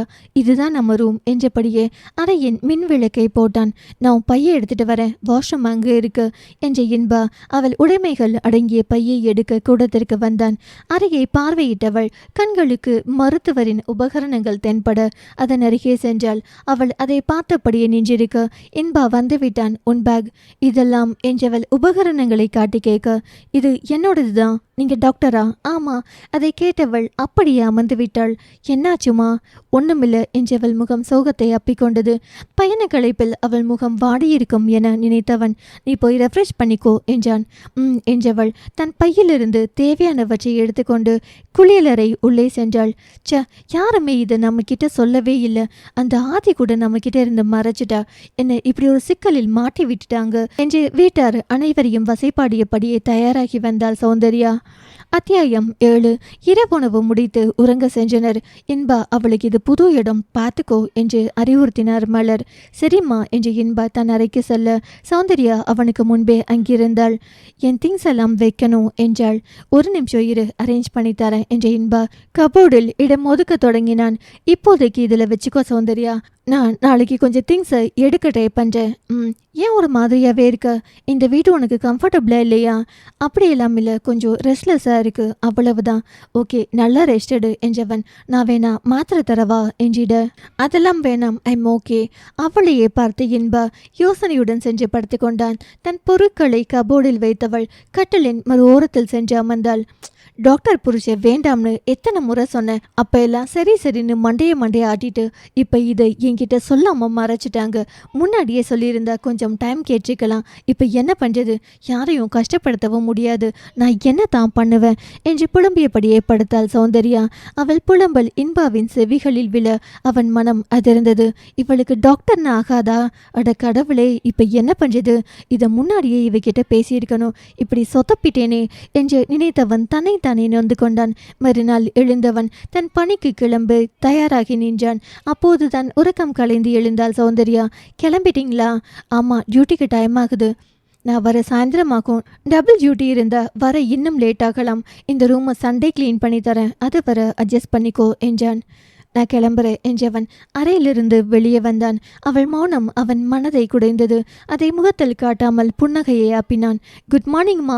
கிளம்பிட்டியா இன்பா? மருமக என்ன பண்றா? மேடம் இப்போதான் எழுந்தாங்க, ரெஃப்ரெஷ் பண்ணிட்டு வருவாங்க என்றவன் காலை வேளை உணவை சாப்பிட்டு விட்டு கிளம்பினான். அவன் சென்ற பிறகே அறையிலிருந்து வெளியே வந்தாள் சௌந்தர்யா. வாமா என்று அவளை இன்முகத்துடன் வரவேற்றார் மலர். அவர் கிளம்பிட்டாரா அத்த? ஆமாண்டா கிளம்பிட்டா, நீ உட்காரு, சாப்பிடுவியாம் என்றபடி அவளை உணவு மேஜையில் அமர்த்தினார். மாமா எங்கத்த? மாமா கடைக்கு கிளம்பிட்டாருடா. கடையா? என்ன கடை? மாமா சொந்தமா மளிகை கடை நடத்துறாருடா. ஓ, உனக்கு என்ன பிடிக்கும்னு அத்தைக்கு தெரியல, அதனால இட்லி தான் செஞ்சேன். உனக்கு ஓகே தானே என்றபடியே இட்லியை அவள் தட்டில் வைத்தார் மலர்விழி. அவரை புன்னகையுடன் பார்த்த சௌந்தர்யா, அத்தை நீங்க எனக்கு மாமியார், ஆனா இப்படி என்னை கொஞ்சிறீங்களே, நான் எவ்வளவு லக்கி என்றால் அவரிடம் ஆசையாக. நீ என் அண்ணன் மக, நீ பிறந்ததுமே எனக்கு மருமகளாகிட்ட, நான் உனக்கு மாமியாராகிட்டேன் என்றார் மலர். என்ன அத்தனை பிடிக்குமா அத்தை? அண்ணனும் அண்ணியும் தவம் இருந்ததை விட நான் தான் அதிகமாக தவம் இருந்தேன். எத்தனை கோவில் குளம் போயிருக்கேன் தெரியுமா? அப்படியா? அப்புறம் ஏன் தனியாக வந்தீங்க? என்ன ஒரு முறை கூட வந்து பார்க்கவே இல்லையே. எல்லாம் மனக்கசப்பு தான் கண்ணு, இப்போதான் எல்லாமே மாறிடுச்சே என்றபடியே இட்லியை சாப்பிட தொடங்கினாள் சௌந்தர்யா. நீங்கள் சாப்பிட்டாச்சா அத்தை? சாப்பிட்டேன்டா. நேரத்துக்கு சாப்பிடாட்டி அந்த பையன் என்னை திட்டியே தீர்த்திடுவான் என்றார் மலர்விழி. அவரை கண்டு சிரித்தாள் சௌந்தர்யா. அழகடி தங்கம் என்றபடியே அவளுக்கு திருஷ்டி கழித்தார் மலர்விழி. அதன் பின் இருவரும் பழங்கதைகள் பேசியபடியே அன்றைய நாளின் பணிகளை சேர்ந்து செய்தனர். அக்கம் பக்கம் உள்ளவர்கள் வந்து சற்று நேரம் அளவலாவி செல்ல பொழுது அப்படியே கழிந்தது. இரவு வந்தது. இன்பாவும் வந்தான். வாசல் சென்று அவனை வரவேற்ற மலர்விழி, ஏண்டா இன்னைக்கு கொஞ்சம் சீக்கிரம் வரலாம் இல்ல என்று அவன் காதுகளில் கிசுகிசுத்தார். அம்மா, என் வேலை இப்படி தானே உங்களுக்கு தெரியாதா? கிளம்புற நேரத்தில் எமர்ஜென்சி வந்தா என்ன பண்றது என்று கோபமாக பேசினான் இன்பா. ஏண்டா கத்துற? பாப்பா கேட்டா என்ன நினைப்பா? பாப்பாவா? ஓ, உங்க மருமகளை சொல்றீங்களா? சரிதான் என்றவன் தன் அறை நோக்கி சென்றான். குளித்து வந்தவன் இரவு உணவை உண்ண அமர்ந்தான். சௌந்தர்யா இரவு உணவை அவனுக்கு பரிமாற மலர்விழியும் சபரிநாதனும் சோஃபாவில் அமர்ந்து தொலைக்காட்சி பார்த்தனர். எல்லாரும் சாப்பிட்டாச்சா என்றான் இன்பா. அத்தையும் மாமாவும் சாப்பிட்டாங்க, நீ உங்களோட சேர்ந்து சாப்பிட்லான்னு. இங்க பாரு சௌந்தர்யா, நான் எப்போ வருவேன்னு சரியா சொல்ல முடியாது. எனக்காக நீ எப்பவும் காத்திருக்க கூடாது, நேரத்துக்கு சாப்பிடு என்றான் சற்றே கடுமையாக. உட்காரு, சாப்பிடலாம். அவன் அருகே இருந்த இருக்கையில் அமர்ந்தவள் தனக்கும் உணவை பரிமாறி கொண்டாள். இருவரும் சாப்பிட உணவின் சுவை மாறியிருப்பதை உணர்ந்தான் இன்பா. நீயா சமைச்ச என்று அவளிடம் கேட்க, எப்படி கண்டுபிடிச்சிங்க? டேஸ்ட் பிடிக்கலையா? அப்படி இல்லை, டேஸ்ட் வித்தியாசம் தெரிஞ்சது, அதான் கேட்டேன். நீ எதுவும் கஷ்டப்பட்டு செய்ய வேண்டாம் சௌந்தர்யா. உனக்கு பிடிக்கலனா பிடிக்கலன்னு தெளிவா சொல்லிடு, பேசி தீர்த்துக்கலாம் என்றவன் கூற, அப்படியெல்லாம் ஒண்ணுமில்ல, நான் பிடிச்சுதான் செஞ்சேன். அத்தை ரொம்ப ஸ்வீட், மற்ற ரெண்டு அத்தையும் கொஞ்சம் ரூடு தான். ஆனா இவங்க அப்படி இல்லை. அப்பா அடிக்கடி அத்தையை பத்தி பேசுவாரு, சில சமயம் அழுதுடுவாரு. அவரோட அழுகைக்கு காரணம் இப்பதான் எனக்கு புரியுது. இத்தனை அன்பான தங்கச்சியை பிரிஞ்சிருக்கிறது ரணமான விஷயம் தானே என்றபடியே தன் உணவை உண்டாள். மற்றவங்களுக்காக நம்ம வாழ முடியாது சௌந்தர்யா, இது நம்மோட வாழ்க்கை. நமக்கு பிடிக்கலனாலும் அவங்க சந்தோஷத்துக்காக வாழலான்னு நினைச்சா நம்மோட கடைசி காலத்தில் நமக்கு தான் ஏமாற்றம் ஏற்படும். ஏன் இப்படி எல்லாம் பேசுறீங்க? என்ன பிடிக்கலையா? இதை நான் தான் கேட்கணும். நேற்று நீ புலம்புனதை நான் கேட்டேன். டாக்டர் மாப்பிள்ளை வேண்டாம்னு சொன்னேன்னு புலம்பிட்டு இருந்த. அது உனக்கு என் குணம் பிடிக்கல, இல்லை பழக்க வழக்கம் பிடிக்கலனா அதை மாற்றிக்க நான் கட்டாயம் முயற்சி செய்வேன். ஆனால் நான் பார்க்குற வேலை பிடிக்கலனா என்னால் எதுவும் பண்ண முடியாது. இது என்னோட வேலை இல்லை, வேக்கை, பேஷன். இதை யாருக்காகவும் என்னால் விட முடியாது. உங்களை வேலையை விட சொல்லி நான் சொல்லலையே. உங்கள் வேலை பிடிக்கலன்னு நான் சொல்லலை. அப்புறம் எதுக்கு இத்தனை கோவம்? நீ சொன்னாலும் என்னால் முடியாதுன்னு சொல்கிறேன். அதனால் உனக்கும் எனக்கும் செட் ஆகாதுன்னு நீ நினச்சா நாம் பேசி தீர்த்துப்போம். எல்லாருக்கும் புரிய வைக்கிற பொறுப்பை நான் ஏற்றுக்கிறேன். கல்யாணமாகி 2 நாள் தான் முடிஞ்சிருக்கு, அதுக்குள்ளே என்னை புரிஞ்சுக்கிட்டீங்களே என்றாள் சௌந்தர்யா. அவளை நிமிர்ந்து பார்த்தான் இன்பா. அவள் பார்வையில் கோபம் தெரித்தது. பேசாம சாப்பிடுங்க, அத்தையும் மாமாவும் நம்ம தான் பார்க்குறாங்க என்றவள் தட்டையை பார்த்து சாப்பிட ஆரம்பித்தாள். உன் மனசுல என்ன தான் இருக்குன்னு சொல்லு. அதை தெரிஞ்சுக்காம நான் எப்படி நிம்மதியா அடுத்ததை பற்றி யோசிக்க முடியும்? என்னங்க தெரிஞ்சுக்கணும் உங்களுக்கு? நேற்று ஏன் அப்படி பேசுன? எப்படி பேசுன? டாக்டர் மாப்பிள்ளை வேண்டான்னு சொன்னேன், இப்படி என்கிட்ட மறைச்சிட்டாங்கன்னு சொன்னேன். யாரையும் கஷ்டப்படுத்தவும் கூடாது, நான் என்ன தான் பண்ணுவேன் அப்படின்னு நீ புலம்புன. ஆமாம் புலம்புனேன். ஏன்னா எனக்கு டாக்டர் மாப்பிள்ளை வேணான்னு தோணுச்சு. அதை என் அப்பா அம்மா கிட்ட சொன்னேன், அவங்களும் சரின்னு சொன்னாங்க. ஆனால் நீங்கள் டாக்டர்னு என்கிட்ட சொல்லாமல் விட்டுட்டாங்க. அந்த கோபம் அது அவங்களோட எனக்கு இருக்கிற பிரச்சனை, அதுக்கும் நமக்கும் சம்மந்தம் இல்லை. ஒருவேளை கல்யாணத்துக்கு முன்னாடியே தெரிஞ்சிருந்தா இந்த கல்யாணம் நடக்க நீ சம்மதிச்சிருக்க மாட்ட. அதை தானே மீன் பண்ணுற. கொஞ்சம் டைம் கேட்டிருப்பேன். அதைத்தான் இப்போவும் சொல்கிறேன். எனக்காகவோ என் பெற்றோருக்காகவோ நீ எதுவும் செய்ய வேண்டாம். என்னை பிடிக்கலனா ஜஸ்ட் லீவ் மீ. மிஸ்டர், அப்படியெல்லாம் பொசுக்குன்னு போக முடியாது. கல்யாணங்கிறது ஒரு கமிட்மெண்ட். 2 நாளில் அதை முறிச்சிட்டு தோத்து போனவளா நிற்க நான் தயாராக இல்லை. நீங்கள் என்னை கொடுமைப்படுத்தினா நானே உங்களை தூக்கி போட்டுட்டு போயிடுவேன். அதையெல்லாம் சகிச்சுட்டு வாழ மாட்டேன். ஆனால் சின்ன சின்ன விஷயத்துக்கு விவாகரத்துங்கிறது முட்டாள்தனம். அவர்களின் சத்தம் கேட்டு சபரியும் மலரும் பதறினர். என்னம்மா, என்னாச்சு என்றபடியே வந்தனர் இருவரும். ஒன்றுமில்லத்த, சும்மா தான் பேசிட்டு இருந்தோம் என்றாள் சௌந்தர்யா புன்னகையுடன். மலர் இன்பாவின் முகத்தை பார்க்க அவனோ அவர்களை பார்க்காமல் எழுந்து சென்று விட்டான். அவன் ஏதாவது கோபமா பேசிட்டானாமா என்றார் சபரி. அதெல்லாம் ஒன்றுமில்ல மாமா, நாங்கள் நார்மலாக தான் பேசிட்டு இருந்தோம். வேலையில் அவருக்கு டென்ஷன் இருக்குமில்ல, அதான் டல்லா இருக்காரு போல. நீங்கள் ஒன்றும் டென்ஷன் ஆகாதீங்க சரிம்மா என்ற இருவரும் ஒருவர் முகத்தை ஒருவர் பார்த்தபடியே மீண்டும் சோஃபா நோக்கி சென்றனர். சாப்பிட்டு எழுந்த சௌந்தர்யா இன்பாவை தேடி அறைக்கு சென்றாள். அவனை அங்கு காணவில்லை. இன்பா மொட்டை மாடிக்கு போனான் கண்ணு என்றாள் மலர். அப்படியாத்த, நானும் மாடிக்க போறேன் என்றபடியே மாடிக்கு செல்லும் படிகளில் ஏறினாள். என்னங்க இது, என்னைக்கும் இல்லாம இன்பா முகம் இப்படி இருக்கு, கோபமா வேற பேசுறான், எனக்கு பயமா இருக்குங்க என்றார் மலர் சபரியிடம். பயப்படாத மலரு, மருமகன் நல்லா தானே பேசுறா, பிரச்சனை எதுவும் இருக்காது. 2 பேருக்கும் சின்னதா ஏதாவது கருத்து வேறுபாடு வந்திருக்கும், அதை அவங்களே பேசி தீர்த்துக்கட்டும், நம்ம தலையிட வேண்டாம். என்னங்க அதுக்குள்ள கருத்து வேறுபாடுன்னு சொல்றீங்க? கல்யாணமாகி 2 நாள் தான் ஆகுது. இன்னும் சரியா ஒருத்தர் முகத்தை ஒருத்தர் கூட பார்த்துருக்க முடியாது. அதுக்குள்ள கொஞ்சம் பொறுமையாயிரு, காலையில் பேசலாம் என்று சபரி தொலைக்காட்சியை அணைத்து விட்டு எழுந்தார். வா போய் தூங்குவோம், நம்ம எந்திரிச்சிருக்கிறது அவங்க பேசிக்க இடைஞ்சலா இருக்கும், மனசை விட்டு பேசிக்கட்டும் என்றபடியே மலர் விழியை அழைத்து கொண்டு அறைக்கு சென்று விட்டார். அத்தியாயம் 8. மாடிக்கு சென்ற சௌந்தர்யா இன்பா வானத்தை வெறித்தபடி நின்றிருப்பதை கவனித்தாள். அவனை அணுகினாள். மாமா என்றவள் அழைக்க, இந்த முறையெல்லாம் வேண்டா சௌந்தர்யா, நீ ஏன் டாக்டர் மாப்பிள்ளை வேண்டான்னு சொன்ன? அதுக்கான சரியான காரணம் சொல்லு. சொல்ல இஷ்டமில்லைனா என்னோட பேச முயற்சி பண்ணாத. 2 பேரும் ஹாஸ்பிட்டல் பேஷண்ட்னு இருந்தா நம்ம வாழ்க்கையை நம்ம வாழ முடியாதோன்னு எனக்கு பயம் இருக்கு. 2 பேரோட டியூட்டி டைமும் வேற வேறையா இருந்தா நாம நமக்காக எப்படி வாழ்றது என்று கேட்டு அவள் நிறுத்த அவளை கேள்வியாய் பார்த்தான் இன்பா. நீங்க என் கல்யாண பத்திரிகையை பார்த்திருந்தா இத்தனை தூரம் கோவப்பட்டிருக்க மாட்டீங்க. நானும் டாக்டர் தான், இப்போ கைனகாலஜிஸ்ட் படிக்கிறேன். இன்னும் 15 நாளில் காலேஜ் ஓப்பன் ஆகிடும், உங்களுக்கே தெரியும். நிஜமாவா சொல்ற? வேணா ஒரு ஊசி போட்டு காமிக்கவா உன்ன என்றவன் அவளை இழுத்து தன்னோடு சேர்த்தனைக்க.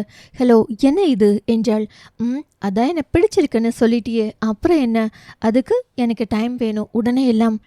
இப்போ என்னடி பண்ணிட்ட? சும்மா பேசிகிட்டே இருக்க. எது டியா? ஆமாண்டி, என்னடி இப்போ அதுக்கு? அவனை கிள்ளியவள். ஃபர்ஸ்ட் நைட்டில் ஏங்க வாங்கன்னு சொன்னீங்க, அடுத்த நாள் நீ வா போ. இப்படி ரொம்ப வேகமாக போகிறீங்க மிஸ்டர். என்ன மிஸ்டர்? அதான் மாமான்னு சொன்னீங்க, அதே கண்டினியூ பண்ணிடி தங்கம். அதான் முறையெல்லாம் வேண்டான்னு சொன்னீங்களே, அது சும்மா. என்ன சும்மா? சும்மானா சும்மாதான். அவன் முகம் பார்த்தவள் நிஜமாவே என்ன பிடிச்சிருக்கா என்றாள். மருதாணி செடியிலிருந்து நீ முளைச்சி வந்தப்பவே எனக்கு உன்னை பிடிச்சிருச்சு பேபி என்றான். அவள் நெற்றியில் தன் நெற்றியை மூட்டி எனக்கும் தான் என்றாள் அவள் சன்னமாக. என்ன சொன்ன? எனக்கும் பிடிச்சிருச்சுன்னு சொன்னேன். காரிலிருந்து நீங்கள் இறங்கும் போதே பிடிச்சிருச்சு என்றாள். நிஜமா? அப்போ வேறு யாரையோ எப்படி கல்யாணம் பண்ணியிருப்ப? அந்த கல்யாணம் தான் நடக்காதுன்னு எனக்கு தெரியுமே. எது? ஆமாம், இதை யார்கிட்டையும் சொல்லிடாதீங்க. அந்த மாப்பிள்ளை பையன் என்கிட்ட முன்னாடியே சொன்னான். அவன் வீட்டில் அவனை மிரட்டி சம்மதிக்க வச்சதா. கல்யாணத்துக்கு முன்னாடி ஓடி போயிடுன்னு நான் தான் அட்வைஸ் பண்ணினேன். என்னடி சொல்கிற? அதுக்கு 2 காரணம். எனக்கு கல்யாண வாழ்க்கையில் நொழிய பயமாக இருந்துச்சு. எனக்கு சர்வீஸ் பண்ணணும். கல்யாணம் செஞ்சா வீட்டுக்கு நல்ல மருமகளா, புருஷனுக்கு நல்ல மனைவியாக இருக்கணும். 2ஐயும் என்னால் பேலன்ஸ் பண்ண முடியலனா 2லையும் பிரச்சனை வரும். ஆனால் வீட்டில் பெரியவங்க ரொம்ப ப்ரெஷர் பண்ணினாங்க. அதனால தான் டாக்டர் மாப்பிள்ளை வேண்டான்னு கண்டிஷன் போட்டேன். எப்படியும் மாப்பிள்ளை கிடைக்கிறது கஷ்டமாக இருக்கும்னு நினச்சேன். ஆனால் அடுத்த மாதமே ஒருத்தரை கொண்டாந்து என் முன்னாடி நிறுத்திட்டாங்க. அந்த மாப்பிள்ளை பயந்து பயந்து பேசினா. சரி, இவனை ஏதாவது பண்ணி மேனேஜ் பண்ணிக்கலாம்னு இருந்தா அவன் வேற ஒரு பொண்ணை லவ் பண்ணுறேன், எப்படியாவது என்னை வேண்டாம்னு சொல்லிடுங்கன்னு சொன்னான். நான் இவனை வேண்டான்னு சொன்னான். அடுத்த ஒருத்தனை கூட்டிக்கிட்டு வருவாங்க. அதுவே கல்யாணம் நின்னா கொஞ்ச நாளைக்கு கல்யாண பேச்சே பேச மாட்டாங்கன்னு நினச்சேன்.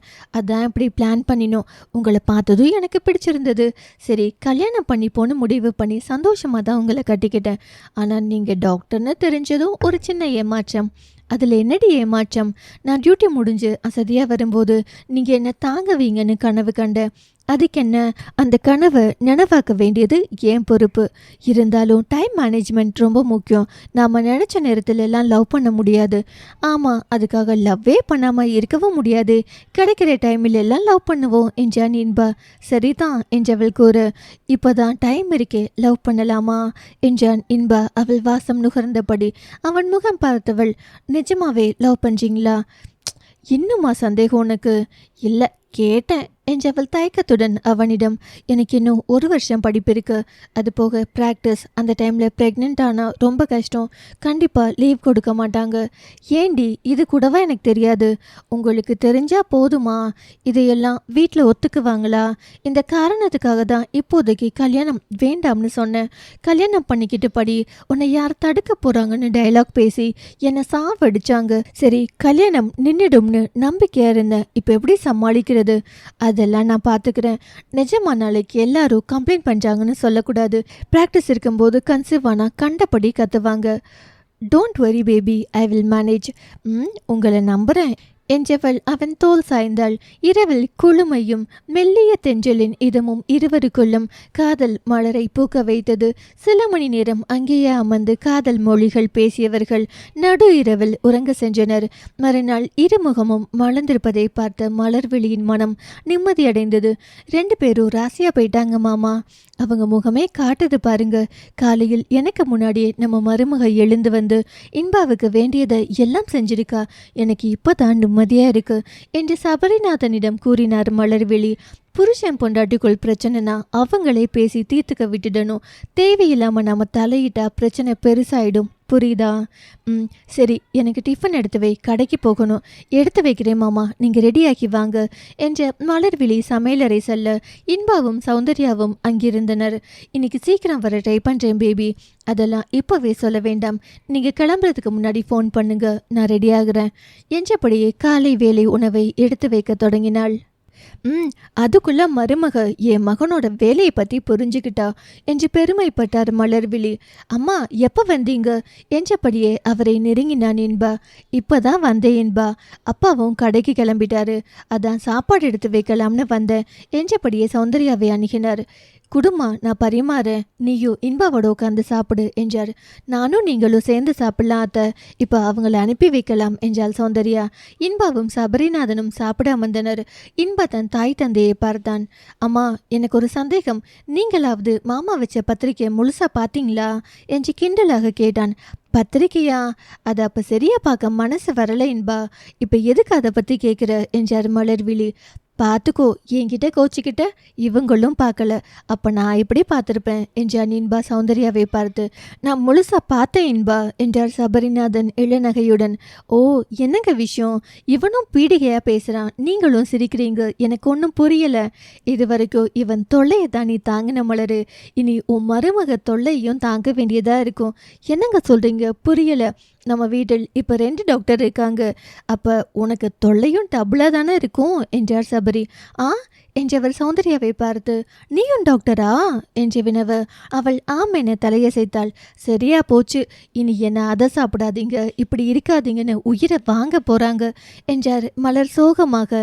ஆமா, இத்தனை நாள் எனக்கு தெரியாம திருட்டுத்தனமா நீங்க சாப்பிட்ட மாதிரி இனி சாப்பிட முடியாது என்று கூறி புன்னகை சிந்தினான் இன்பா. ஆமா, நீ எங்க படிக்க போற பாப்பா? இந்த ஊரா இல்ல வேற ஊருக்கு போகணுமா என்று கவலையுடன் கேட்டார் மலர்விழி. நான் இப்ப கைனகாலஜிஸ்ட் படிக்கிறேன் அத்தை, இந்த ஊரில் தான் படிக்கிறேன், அதனால பிரச்சனை இல்லை. அப்பாடா, எங்க உடனே வேற ஊருக்கு போடுவியோன்னு பயந்தேன் என்றார் மலர்விழி. அம்மா, சௌந்தர்யா படிப்பும் பிராக்டிஸும் முடிகிற வர நீங்க பேர குழந்தைய எதிர்பார்க்க கூடாது, அதை பத்தி சொல்லதான் இப்ப இந்த பேச்சையே எடுத்தேன் என்றான் இன்பா. இருவரும் ஒருவரை ஒருவர் பார்த்து கொண்டனர். ஏன்பா அப்படி சொல்ற? டிகிரி வாங்குற வர லீவ் எல்லாம் தரமாட்டாங்கம்மா, உங்களுக்கு தெரியாதா என்ன? டியூட்டியை சரியா பார்க்கணும், பிரெக்னென்ட் ஆனா சௌந்தர்யாவுக்கு தான் ரிஸ்க், டெலிவரிக்கு கூட லீவ் கிடைக்காது. அப்படியா?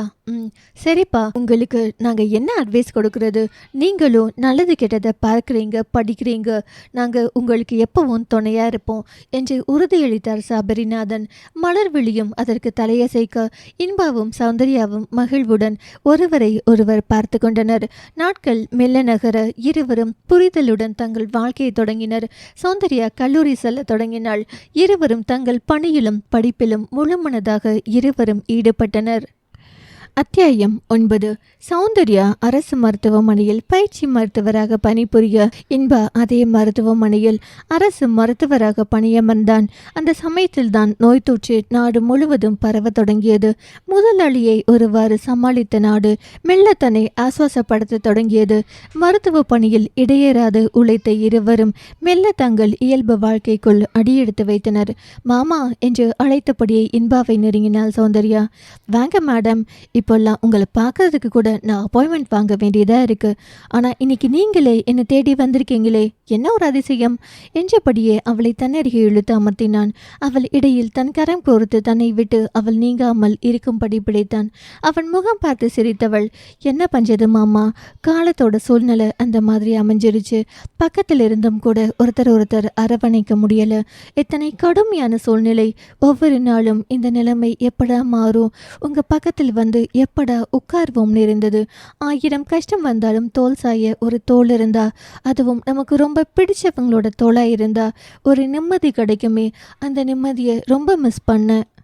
நானும் தான் பேபி, உன்னை உன் வாசத்தை ரொம்பவே மிஸ் பண்ண. இனிமே இப்படி ஒரு சூழ்நிலை வராது தானே? தெரியலடா. சரி, அதை விடு, இது நமக்கான நேரம் என்றான் இன்பா கிறக்கமான குரலில். அவள் முகத்தில் நாணம் பொங்க. பேபி, என்ன பேபி, புது பொண்ணு மாதிரி வெக்கப்படுற, இப்படியெல்லாம் வெக்கப்பட்டா அப்புறம் நிலைமை நம்ம கை மீறி போயிடும் என்றான். அவள் வாசம் நுகர்ந்தபடி அதில் கிறங்கியவள், பரவாயில்ல மாமா, நான் மேனேஜ் பண்ணிப்பேன் என்றாள். விளையாடாத பேபி. இல்லை, நான் சீரியஸாக தான் சொல்கிறேன், நமக்கு ஒரு பேபி வேணும்.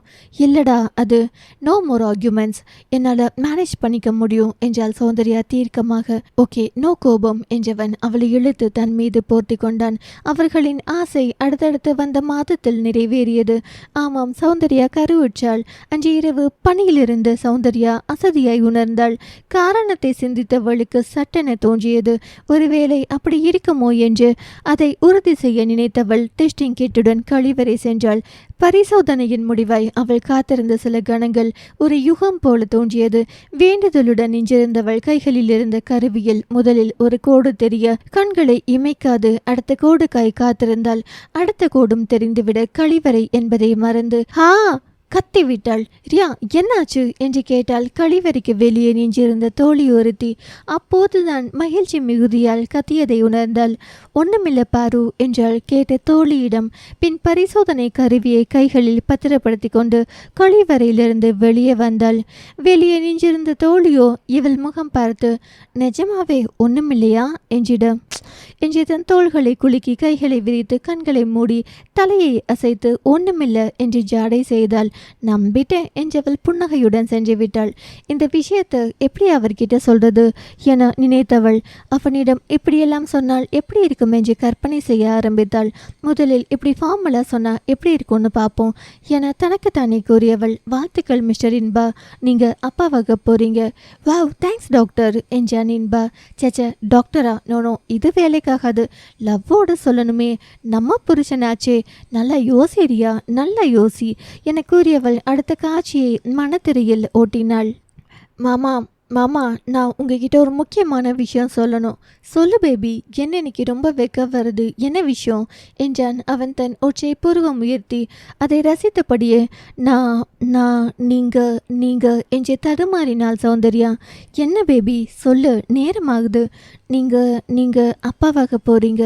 என்னது, நிஜமாவா என கேட்டவன் அவளை அப்படியே அள்ளி எடுத்து சுற்றினான்.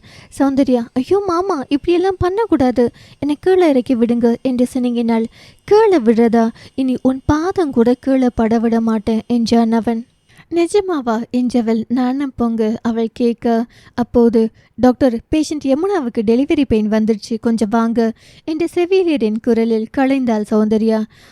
இதோ வரேன் என்றவள் தன் கற்பனை கனவுகளை மனதினோரம் ஒதுக்கி வைத்துவிட்டு அவசரமாக லேபர் வார்டு நோக்கி சென்றாள். பேஷண்ட் யமுனாவிற்கு பிரசவம் சிக்கலாக கடும் போராட்டத்திற்கு பிறகு தாயையும் இருவரையும் நலமாக மீட்டெடுத்தனர். பிரசவ அறையிலிருந்து வெளியே வந்தாள் சௌந்தர்யா. முகம் சோர்ந்து போயிருக்க உடல் சற்றே ஓய்வு வேண்டும் என்றது. தன் இடம் சென்று அமர்ந்தவள் சில நிமிடங்கள் இமைகளை மூடியிருந்தாள். அதற்குள் டாக்டர் என அழைத்து அவளை மீண்டும் கலைத்தார் மற்றொரு செவிலியர். சொல்லுங்க சிஸ்டர், இன்குபேட்டரில் உள்ள குழந்தை மூச்சு விட சிரமப்படுது. அப்படியா, வாங்க போகலாம் என்றவள் அக்குழந்தையை பார்த்து அதற்கு வேண்டிய மருத்துவ சிகிச்சையை செய்தாள். சிகிச்சைக்கு பிறகு குழந்தையின் நிலை சீரானது. ஓகே, பார்த்துக்கோங்க என்று செவிலியரிடம் கூறிவிட்டு நடந்தவளை அடுத்தடுத்த பொறுப்புகள் ஆட்கொள்ள அன்றைய முழு இரவும் தீர்ந்து விடியல் வந்தது. அவள் பணி நேரம் முடிந்து வீட்டுக்கு கிளம்பினாள். இரவு பார்த்து ஒத்திகையெல்லாம் மறந்து போனது. இல்லம் வந்தவள் குளித்து முடித்து வர காலை நேர வாக்கிங் செஞ்சிருந்த இன்பாவும் வீட்டை அடைந்தான். குட் மார்னிங் என்றவன் குரலுக்கு குட் நைட் மாமா என்றபடியே படுக்கையில் சாய்ந்தாள். என்னாச்சு பேபி? நைட்டெல்லாம் கொஞ்சம் வேலை அதிகம், ஒரு டெலிவரி கொஞ்சம் சிக்கலாயிடுச்சு, அதான். இப்போ என்ன சாப்பிட்ட? எதுவும் வேணாம், நான் தூங்கி எழுந்ததும் சாப்பிட்டுக்கிறேன். அதெல்லாம் முடியாது, ஒழுங்கா எந்திரி, சாப்பிட்ட அப்புறம் தூங்கு. ஏன் இம்சை பண்ணுறீங்க? போங்க, எனக்கு சாப்பிட்டுக்க தெரியும். நான் உன்னை குழந்தை இல்லை. நீ குழந்தை இல்லை தான், ஆனால் உனக்குள்ளே இருக்கிற நம்ம குழந்தைக்கு முக்கியம் இல்லையா என்று அவன் கேட்க துள்ளி எழுந்து அமர்ந்தாள். எப்படி தெரியும் உங்களுக்கு? நான் என் தோழிகள் கிட்ட கூட சொல்லலையே. மேடம், நாங்களும் டாக்டர் தான், நீங்கள் சொல்லி தான் தெரிஞ்சுக்கணும்னு எங்களுக்கு அவசியம் இல்லை என்றான் புன்னகையுடன். போடா, உங்ககிட்ட எப்படியெல்லாம் சொல்லி உன்னை ஆச்சரியப்படுத்தணும்னு ஆசைப்பட்டேன் தெரியுமா? இதுக்கு தான் டாக்டர் மாப்பிள்ளை வேண்டான்னு சொன்னேன். இப்படி கொஞ்சம் கூட சர்ப்ரைஸே இல்லாத வாழ்க்கையாக போயிடுச்சே என் வாழ்க்கை என்றாள் அழுப்புடன். நீ சொல்லாமலே நான் உனக்கு இப்போ சர்ப்ரைஸ் கொடுத்தேனே, அதுக்கு பேர் என்னங்க மேடம் என்ற இன்பா அவள் நெற்றியில் தன் நெற்றியை முட்டி கேட்க. நீ சொன்னதுக்கு பேர் சர்ப்ரைஸா? இன்ஃபர்மேஷன். ஓஹோ, அப்போ உனக்கே ஒரு வாரமாக வீட்டில் நான் பண்ணுறது எதுவுமே உங்களுக்கு சர்ப்ரைஸாக தெரியல. ஒரு வாரமாவா? நானே நேற்று ராத்திரி தான் கன்ஃபார்ம் பண்ணினேன். இதில் இவர் ஒரு வாரமாக சர்ப்ரைஸ் பண்ணுறாராம். கடவுளே, இந்த லூஸுக்கு ஏன் எதுவுமே புரிய மாட்டேங்குது என்றான் இன்பா. எனது லூஸா என கேட்டு அவனை அடிக்க பார்த்தாள் சௌந்தர்யா. பின்ன என்னவா? நான் உன் புருஷன், அதுவும் டாக்டர் புருஷன். என்னால் நீ சொல்லாமல் தெரிஞ்சுக்க முடியாதா? தெரிஞ்சா என்கிட்ட முன்னாடியே கேட்டுக்கலாம் இல்லை? உனக்கு தான் தெரியலையே நான் என்ன பண்ணேன். சரி நீயா தெரிஞ்சுக்கிறியான்னு பார்க்க நினச்சேன். ஆனால் நீ ரொம்ப லேட். நீ எல்லாம் என்ன மகப்பேறு மருத்துவரும் என் மனைவியை உன்கிட்ட விடமாட்டேன். வேறு நல்ல டாக்டர் கிட்ட தான் காண்பிக்கணும். போங்க மாமா, நான் வேலைப்பழு காரணமாக மறந்துட்டேன். அதுக்கு என்னை இத்தனை ஓட்டக்கூடாது என்றபடியே அவன் தோளில் தலை சாய்த்தாள். இதுக்கு தான் சொன்னேன் இப்போதைக்கு வேண்டான்னு எங்க கேட்டேன். உங்களுக்கு புரியாது. என்னதான் நம்ம டாக்டராக இருந்தாலும் குழந்தைங்கிறது கடவுள் கொடுக்குற வரோம். அதை இப்போ வேண்டான்னு சொல்லிட்டு நாளைக்கு கிடைக்கலன்னு வருத்தப்படக்கூடாதுன்னு தோணுச்சு. அப்படியெல்லாம் எதுவும் நடந்திருக்காது பேபி. நாம் ஒன்றும் நம்மோட சுயநலத்துக்காக தள்ளி போடலையே. நம்மோட சேவை சார்ந்த வேலையில் எந்த இடர்பாடும் வந்துடக்கூடாதுன்னு தானே நினச்சோம். அப்படியே இருந்தாலும் தினமும் 3 நாள் டெலிவரி பார்க்கும்போது அந்த பொண்ணுங்க கிட்ட பேசும்போது அவங்களோட உணர்வுகளை அவங்க பகிர்ந்துக்கும் போது அவங்களோட கணவரும் உறவுகளும் அவங்கள தாங்கிறத பார்க்கும்போது எனக்கும் அந்த உணர்வை அனுபவிக்கணும்னு ஆசை வருது. என்ன படித்தாலும் அதை பற்றி 1000 நுணுக்கங்கள் தெரிஞ்சு வச்சிருந்தாலும் எப்படிப்பட்ட சிக்கல் வரும்போதும் அதை அழகாக கையாள தெரிஞ்சிருந்தாலும் அனுபவமாக உணரும் போது ஒரு ஃபீல் வரும்ல. அந்த ஃபீல் எனக்கு வேணும்னு தோணுச்சு. அதான் சரி விடு, இப்போ அதை பற்றி பேசி என்னாக போகுது. இனி நீ உன் வேலையிலும் உன் உடல்நிலையிலும் சமமாக கவனம் செலுத்தணும், சரியா என்றான். ஓகே என்றவள். எல்லார்கிட்டையும் சொல்லிட்டீங்களா மாமா என்று கேட்க, அம்மா கிட்ட சொன்னேன். அம்மா மற்ற எல்லார்கிட்டையும் சொல்லிட்டாங்க. உன்னை பார்க்க இன்னைக்கு அத்தையும் மாமாவும் வராங்களாம் என்றான் இன்பா. அவள் நாசியில் தன் நாசியை உரசியபடி நான் என்னவோ கற்பனை செஞ்சேன் என்றவள் கூற அவனோ சிரிப்புடன் அவள் இதழ்களை தன் விரல்களால் வருடினான். ஆனால் இதுவும் வேற மாதிரி ஒரு சுகமான உணர்வு தருது என்றவள். தேங்க்யூ என்றபடியே அவன் கன்னத்தில் முத்தமிட்டாள். அவனும் அவளுக்கு நன்றி சொல்லி தன் காதல் பரிசை அவளின் உதடுகளில் பதித்தான். அத்தியாயம் 10. அன்று இன்பா பணிக்கு விடுப்பெடுத்தான். சௌந்தர்யாவிற்கு காலை வேலை உணவை தன் கையால் ஊட்டிவிட்டு மகிழ்ந்தவன் அவளை தன் மடியில் சாய்ந்து உறங்க வைத்தான். எத்தனை பணி அலுப்பு இருந்தாலும் நீங்கள் இந்த மாதிரி என்னை பார்த்துக்கும் போது ரொம்ப சந்தோஷமாக இருக்கு மாமா. நான் உனக்கு ப்ராமிஸ் பண்ணியிருக்கேன் பேபி. எனக்கு எப்போல்லாம் வாய்ப்பு கிடைக்குதோ அப்போல்லாம் என் அன்பால் உன்னை சீராட்டுவேன். அவள் விழிகள் இன்பத்தில் நனைந்தது. ஓய் இதுக்கு இந்த கண்ணீர் என்றபடியே அதை தன் நுனி விரலால் தட்டிவிட்டான். உங்களுக்கும் வேலைப்பளு அதிகமாக தான் இருக்கு. உங்களுக்கும் சோர்வும் களைப்பும் வரும். ஆனால் அதையெல்லாம் ஓரமாக வச்சுட்டு எனக்காகவும் நேரம் ஒதுக்குறீங்களே, அதுக்கு தான் இந்த நன்றி நிறைந்த கண்ணீர். நண்பர்களுக்கும் மட்டும் இல்லை, கணவன் மனைவிக்கும் நன்றிங்கிற வார்த்தை அர்த்தமற்றது. எனக்காக நீயும் உனக்காக நானும் தான் கடைசி வரை இருக்க போகிறோம். உன்னை நான் பார்த்துக்காம வேறு யார் பார்த்துக்குவா? அதுவும் இல்லாமல் நான் மட்டுமா என் நேரத்தை செலவழிக்கிறேன். என்னோட இருக்கும்போது நீயும் தான் எத்தனை அழுப்பு இருந்தாலும் சிரிச்ச முகத்தோடு பேசுகிற. அப்போ அதுவும் பெருசு தானே. அதனால் இந்த சென்டிமெண்ட்டை எல்லாம் ஓரமாக வச்சுட்டு இப்போ நல்ல ரெஸ்டடு என கூறி அவளை தட்டி கொடுத்தான். அவளும் மகிழ்ச்சி நிறைந்த மனதுடன் இமைகளை மூடினாள்.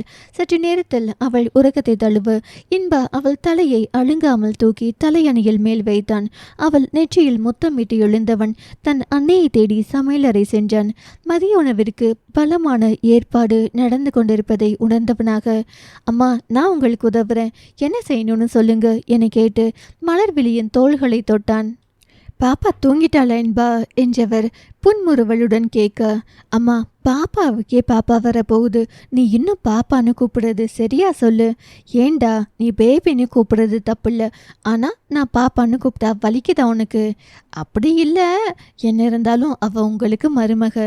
நீங்கள் கொஞ்சம் மாமியார் மாதிரி நடந்துப்பீங்கன்னு பார்த்தா அவளை குழந்த மாதிரி நடத்துகிறீங்க. அவள் எப்போவும் எனக்கு குழந்தை தான். அதில் நீ எதுவும் இடைஞ்சல் பண்ணாதப்போ.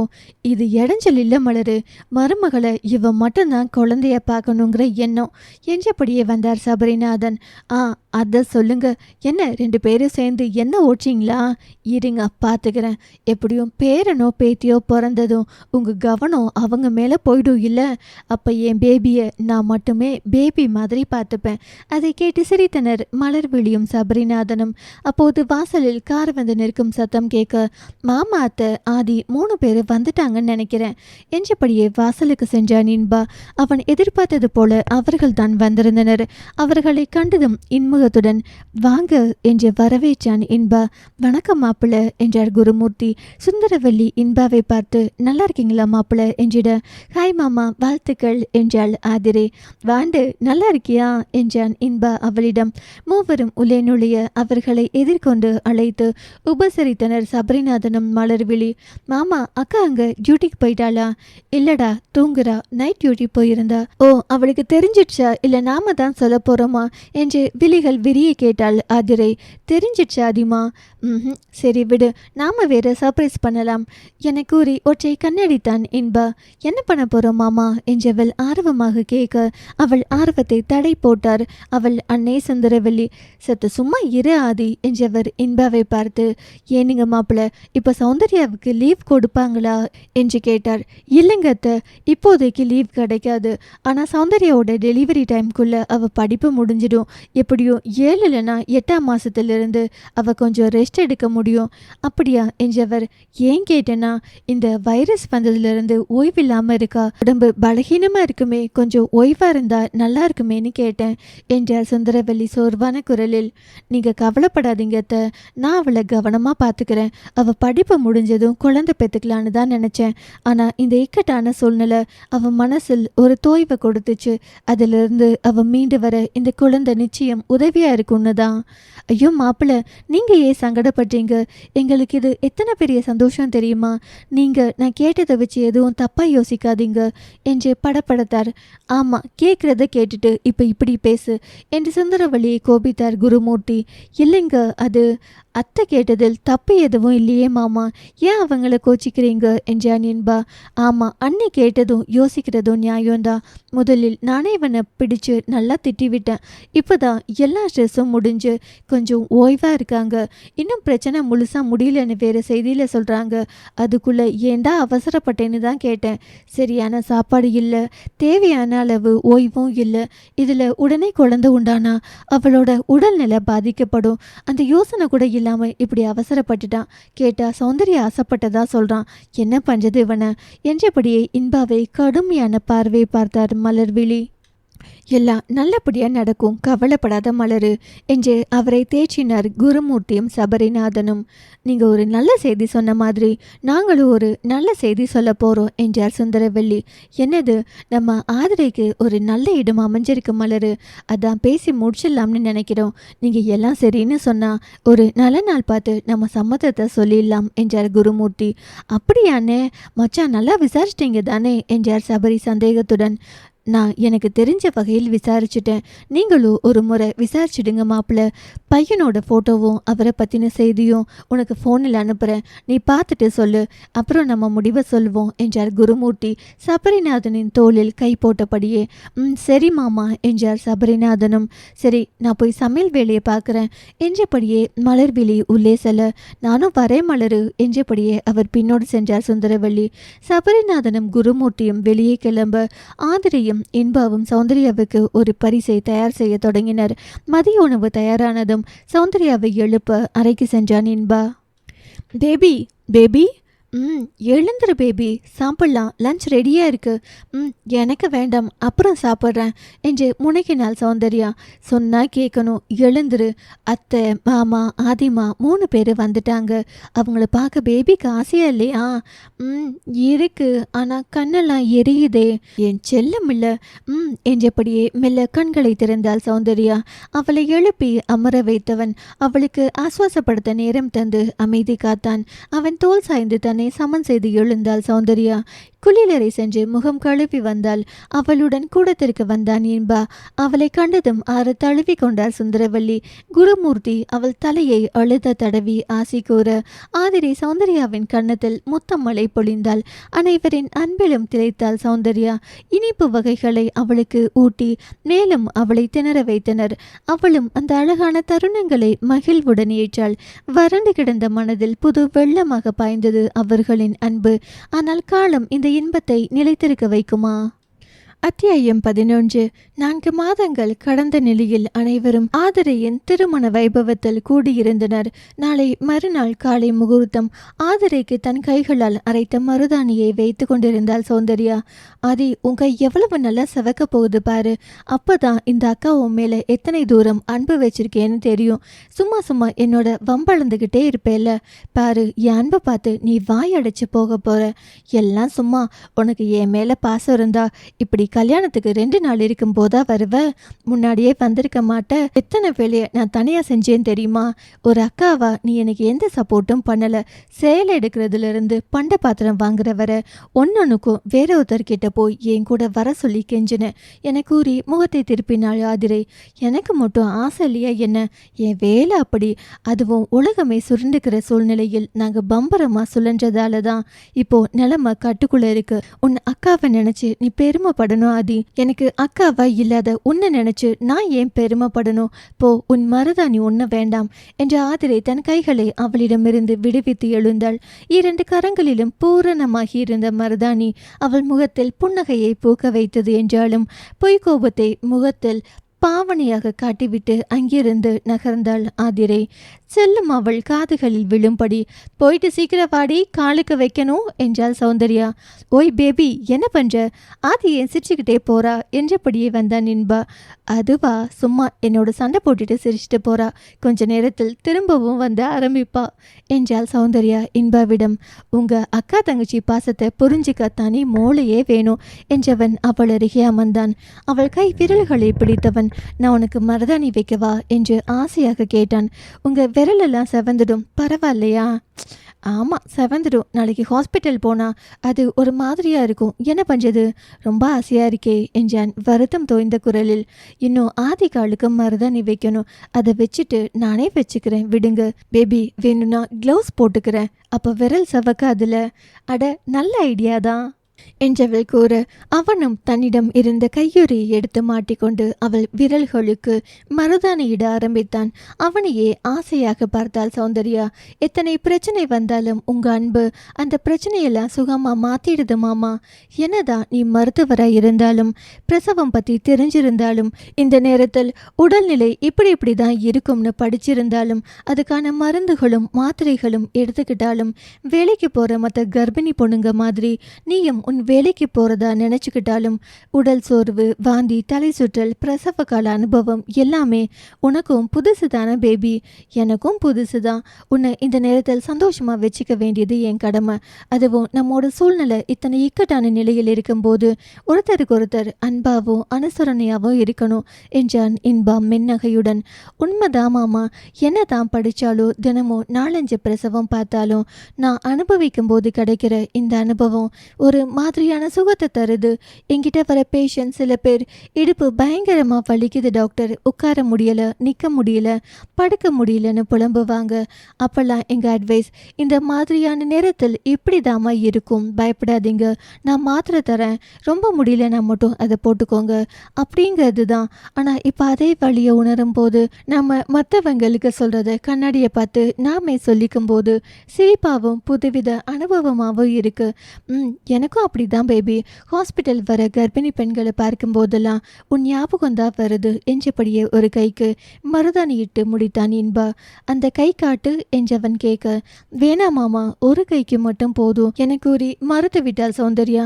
அவனும் அவளை கட்டாயப்படுத்தாமல் அவள் இஷ்டப்படி விட்டு விட்டான். அடுத்த வாரம் ஸ்கேன் எடுக்க போறேன், அப்போ நீங்களும் வரணும். வேலை இருக்குன்னு சொல்லி ஜகா வாங்க கூடாது, சரியா? கட்டாயம் வரேன்னு உனக்கு ப்ராமிஸ் பண்ண முடியாது பேபி, ஆனா முடிஞ்ச அளவுக்கு வர முயற்சி பண்றேன், ஓகேவா? இப்படி சொல்லிட்டா வர வேண்டிய அவசியம் இருக்காதுன்னு யோசிக்கிறீங்க, அப்படிதானே? இல்லைம்மா, வேலை இருந்தா என்ன பண்றது? அதுக்கு தான் சொன்னேன், என் குழந்தைய பார்க்கணுன்னு எனக்கும் ஆசை இருக்கும் தானே, அதனால முடிஞ்ச அளவு முயற்சி பண்றேன், ஓகேவா? போங்க என்றவள் முகத்தை பாவமாக வைத்து கொண்டாள். அதுக்காக இப்பவே அப்செட் ஆகி உட்காராத பேபி. நம்ம இப்படி பார்த்தா நம்ம குடும்பத்தில் உள்ளவங்க என்னவோ ஏதோன்னு பயந்துடுவாங்க. இப்பவே உன் அம்மாவும் அப்பாவும் ஒரு மாதிரியா தான் இருக்காங்க. நீ உடல் மெலிஞ்சு போயிட்டதா ஃபீல் பண்றாங்க. ஆமா, அம்மா என்கிட்டையும் புலம்பிட்டு தான் போனாங்க. அவங்க புலம்பலை கேட்கும்போது நம்ம ஏதாவது அவசரப்பட்டு தப்பு பண்ணிட்டோம்னு பயமா இருக்கு. என்ன மாமா அமைதியாக இருக்கீங்க? அப்போ நீங்களும் அப்படிதான் நினைக்கிறீங்களா? ஆமாம் பேபி, நாம் இன்னும் கொஞ்ச நாள் வெயிட் பண்ணியிருக்கலாம். நிலைமை சீரானதா நினச்சிட்டோம். இரண்டாம் அலை சத்தமே இல்லாமல் வேகமாக பரவ ஆரம்பிச்சா நீ எப்படி இந்த சூழ்நிலையில் வேலை பார்ப்ப? நாம் அவசரப்பட்டுட்டோம். கல்யாணமாகி 1 வருஷம் 2 வருஷம் ஆகியும் குழந்தை உண்டாகலைன்னு வர சில பொண்ணுங்களை நான் தினமும் பார்க்குறேன் மாமா. எத்தனையோ மன கஷ்டத்தோட பேசுகிறாங்க. அவங்க கூட வர அம்மாவோ மாமியாரோ சீக்கிரம் உண்டானா போதும், ஏதாவது பண்ணுங்கன்னு சொல்கிறாங்க. ஆனால் நம்ம பாருங்க, கல்யாணமாகி 2 வருஷம் கழித்து குழந்தை பெற்றுக்க 1000 யோசிக்கிறோம். பிரச்சனை வந்துடுமோன்னு பயப்படுறோம். வெளியே இருந்து பார்க்குறவங்களுக்கு நம்மோட இந்த மனநிலை புரியுமா மாமா? புரியுறது கஷ்டம்தான் பேபி. மற்றவங்க கண்ணுக்கு நம்ம கடவுளுக்கு இணையாக தெரிகிறோம். நம்ம முழுசாக நம்புகிறாங்க. தன்னோட பிரச்சனைகளை சொல்கிறாங்க. அவங்க சொல்கிற பிரச்சனை சின்னதோ பெருசோ நம்மளால் அவங்கள சரி செய்ய முடியும்னு ஆழமான நம்பிக்கை அவங்களுக்கு. அவங்க குணமாகி போகும்போது நம்ம கையெழுத்து கும்பிடுறாங்க. இதெல்லாம் எப்படி நடக்கும்? ஒரு மனுஷன் இன்னொரு மனுஷனை அத்தனை சுலபத்தில் நம்ப மாட்டான். ஆனால் மருத்துவர் அப்படிங்கிற ஒரே காரணம் நம்ம அவங்க முழுசாக நம்ப காரணமாக மாறிடுது. அப்படி இருக்கும்போது நமக்கான தனிப்பட்ட வாழ்க்கை அனுபவங்களை மற்றவங்களால யோசிக்க கூட முடியாது. என்றவள் முகம் சோர்வாக தெரிந்தது. நம்மோட சின்ன சின்ன சந்தோஷங்களை கூட இழந்துதான் ஒரு சமூக வாழ்க்கை வாழ்கிறோம். இது நம்மோட கடமை. அதை நம்மால் முடிஞ்சளவு சிறப்பாக செய்வோம் என்றவன் அவள் நெற்றியிலும் கன்னத்திலும் முத்தமிட்டு, நீ இங்கேயே கொஞ்ச நேரம் ஓய்விடு, நான் உனக்கு குடிக்க ஜூஸ் எடுத்துட்டு வரேன் என்றவன் அவளை அங்கே இருந்த தலையணையில் மேல் படுக்க வைத்துவிட்டு புன்னகையுடன் கீழே சென்றான். அதிக உறவுகள் கூடவில்லை என்றாலும் முக்கிய உறவுகள் அனைவரும் கூடியதால் கலகலப்பிற்கு குறைவில்லாமல் வீடே நிறைந்திருந்தது. திருமண சடங்குகளை மகிழ்வுடன் செய்து கொண்டிருந்தனர் அனைவரும். நலங்கு, மாப்பிள்ளை அழைப்பு என்று அடுத்தடுத்த நிகழ்வுகள் இனிதாக நடந்தது. அனைவருக்கும் உணவு பரிமாறி கொண்டிருந்த இன்பாவின் கைபேசி ஒலித்தது. சாம்பார் வாளியை மற்றொருவரிடம் கொடுத்துவிட்டு கைபேசி அழைப்பை ஏற்று காதில் வைத்தான் இன்பா. அவன் பணிபுரியும் மருத்துவமனையிலிருந்துதான் அழைப்பு வந்தது. இன்பா, கேஸ் இன்க்ரீஸ் ஆகுது, அதனால எல்லா டாக்டர்ஸும் நர்ஸும் உடனே ஹாஸ்பிட்டல் வரணும். எல்லாருக்கும் இன்ஃபார்ம் பண்ணுங்க. நீங்களும் நாளைக்கு காலை இங்க வந்துடுங்க. வெரி சீரியஸ் இஷ்யூஸ் வர அதிக வாய்ப்பு என்ற தலைமை மருத்துவரின் அழைப்பு துண்டிக்கப்பட்டது. கைபேசியை தன் சட்டைப்பையில் போட்ட இன்பா சௌந்தர்யாவை தேடி சென்றான். ஆதரையுடனும் தன் அன்னையுடனும் அளவலாவிக் கொண்டிருந்தாள். அவள் முகத்தில் 1000 மின்மினி பூச்சியின் ஒளி தெரிந்தது. இன்பாவின் வருகையும் அவன் முகத்தில் மாற்றமும் அவள் முகத்தில் இருந்த ஒளியை மங்க செய்தது. அவனை நெருங்கினாள். நம்ம உடனே கிளம்பணும் பேபி, எமர்ஜென்சி என்று அறிவித்தான். என்ன மாமா சொல்றீங்க? உடனே வா, நாளைக்கு முகூர்த்தம் முடிஞ்சதும் கிளம்பலாமே என்றாள் ஆதிரே. இல்லடாமா, உடனே வர சொல்லிட்டாங்க, கட்டாயம் கிளம்பணும் என்றவன், நான் ரூம்க்கு போய் இப்போதைக்கு நமக்கு தேவையானதை மட்டும் எடுத்து வைக்கிறேன் என்றபடியே தாங்கள் தங்கும் அறைக்கு சென்றான். என்னக்கா, நீயும் போகணுமா? ஆமாண்டா, போகணும். நீ சந்தோஷமா இரு, நாங்கள் அப்புறம் வந்து உன்னை பார்க்குறோம், சரியா என்றாள் சௌந்தர்யா. அவள் கண்களிலும் ஏக்கம் இருந்தாலும் அதை கட்டுப்படுத்தி கொண்டு இன்பாவிடம் சென்றாள். அவர்கள் பொருட்களை எடுத்துக்கொண்டு கிளம்ப மலர்விழியும் சபரிநாதனும் அரை வாசலில் தவிப்புடன் நின்றிருந்தனர். இன்பா அவர்களிடம், நீங்க இப்போதைக்கு அங்கே வர வேண்டாம், இங்கே இருங்க, நான் கால் பண்ணுறேன், அதுக்கப்புறம் வந்தா போதும், எங்கேயும் வெளியே போகாதீங்க, கொஞ்சம் கவனமா இருங்க என்று அறிவுறுத்தி விட்டு கிளம்பினான். இரவாகவே கோவை வந்தவர்கள் காலை மருத்துவமனையில் இருந்தனர். நோயாளிகளின் எண்ணிக்கை சடசடவென உயரத் தொடங்கியது. யாரும் எதிர்பார்க்காத பெரும் சேதத்தை ஏற்படுத்தியது. மூச்சு விட திணறும் நோயாளிகளின் எண்ணிக்கை திடீரென பெருமளவு உயர மருத்துவமனையே மூச்சு விட தடுமாறுவதைப் போல உணர்ந்தனர். தன் வயிற்றில் வளரும் கருவை பற்றிய சிந்தனையே இல்லாமல் போனது சௌந்தர்யாவிற்கு. அவள் பொறுப்பு அதிகமாக உயர்ந்தது. ஓரிரு வாரத்தில் மருத்துவர்களையும் பெருந்தொற்று அதிகமாக பாதிக்க ஆரம்பித்தது. அந்த வேளையில் சௌந்தர்யாவும் தொற்றால் பாதிக்கப்பட்டாள். இப்போது அவள் அவசர சிகிச்சை பிரிவில் அனுமதிக்கப்பட்டுள்ளாள். அவள் நலமாக மீண்டு வர வேண்டும் என்ற வேண்டுதலுடன் நின்றிருந்தான் இன்பா. அத்தியாயம் 12. தனிமையில் நின்றிருந்தவனை ஒரு குரல் கலைத்தது. டாக்டர், சீக்கிரம் வாங்க, எமர்ஜென்சி என்று அழைத்தார் செவிலியர். தன் துன்பத்தை மனதில் ஓரத்தில் தள்ளி வைத்தவன் தன் கண்ணீரை ஒளிந்து துடைத்துவிட்டு செவிலியரின் பின்னே சென்றான்.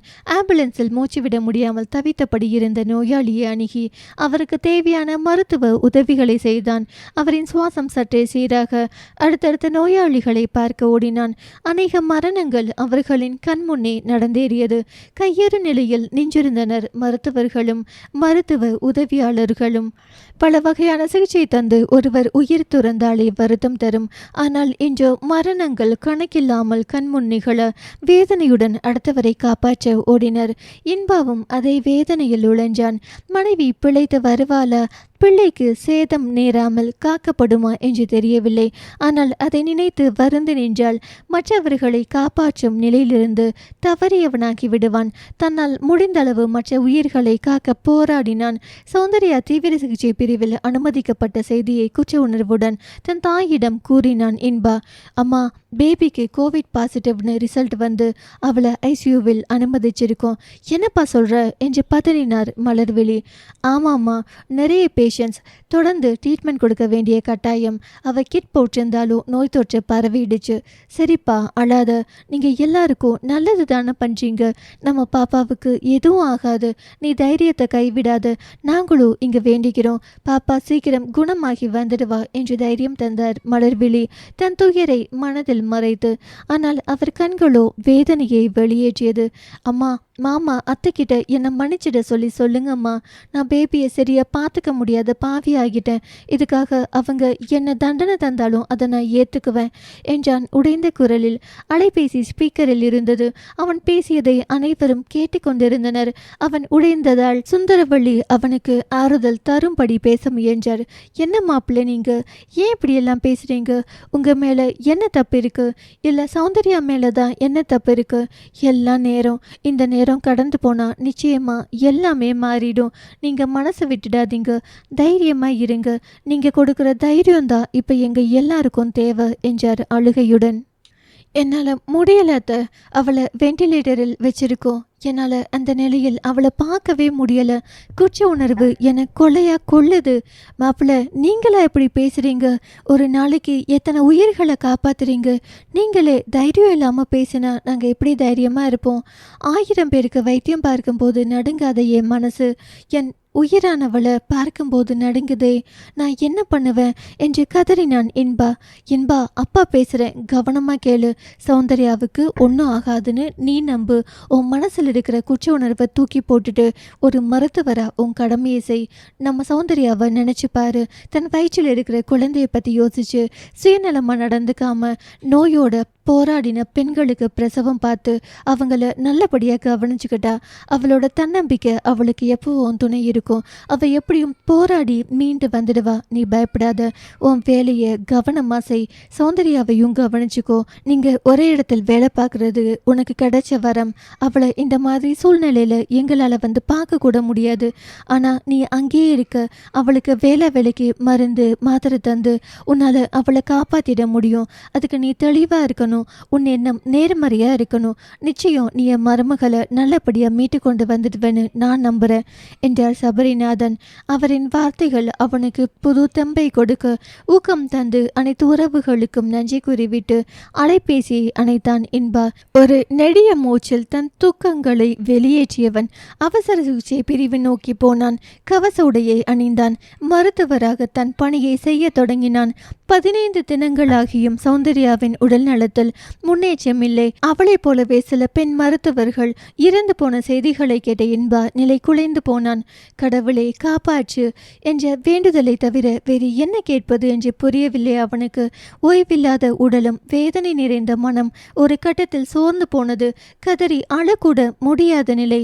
இனி ஓட முடியாது என்று பின்வாங்க நினைத்தவன் கண்முன் எப்படியும் மருத்துவர்கள் காப்பாற்றி விடுவார்கள் என்ற நம்பிக்கையுடன் காத்திருக்கும் நோயாளிகள் தெரிய மனதை அழுந்த துடைத்து மீண்டும் தன் பணியை தொடர்ந்தான்.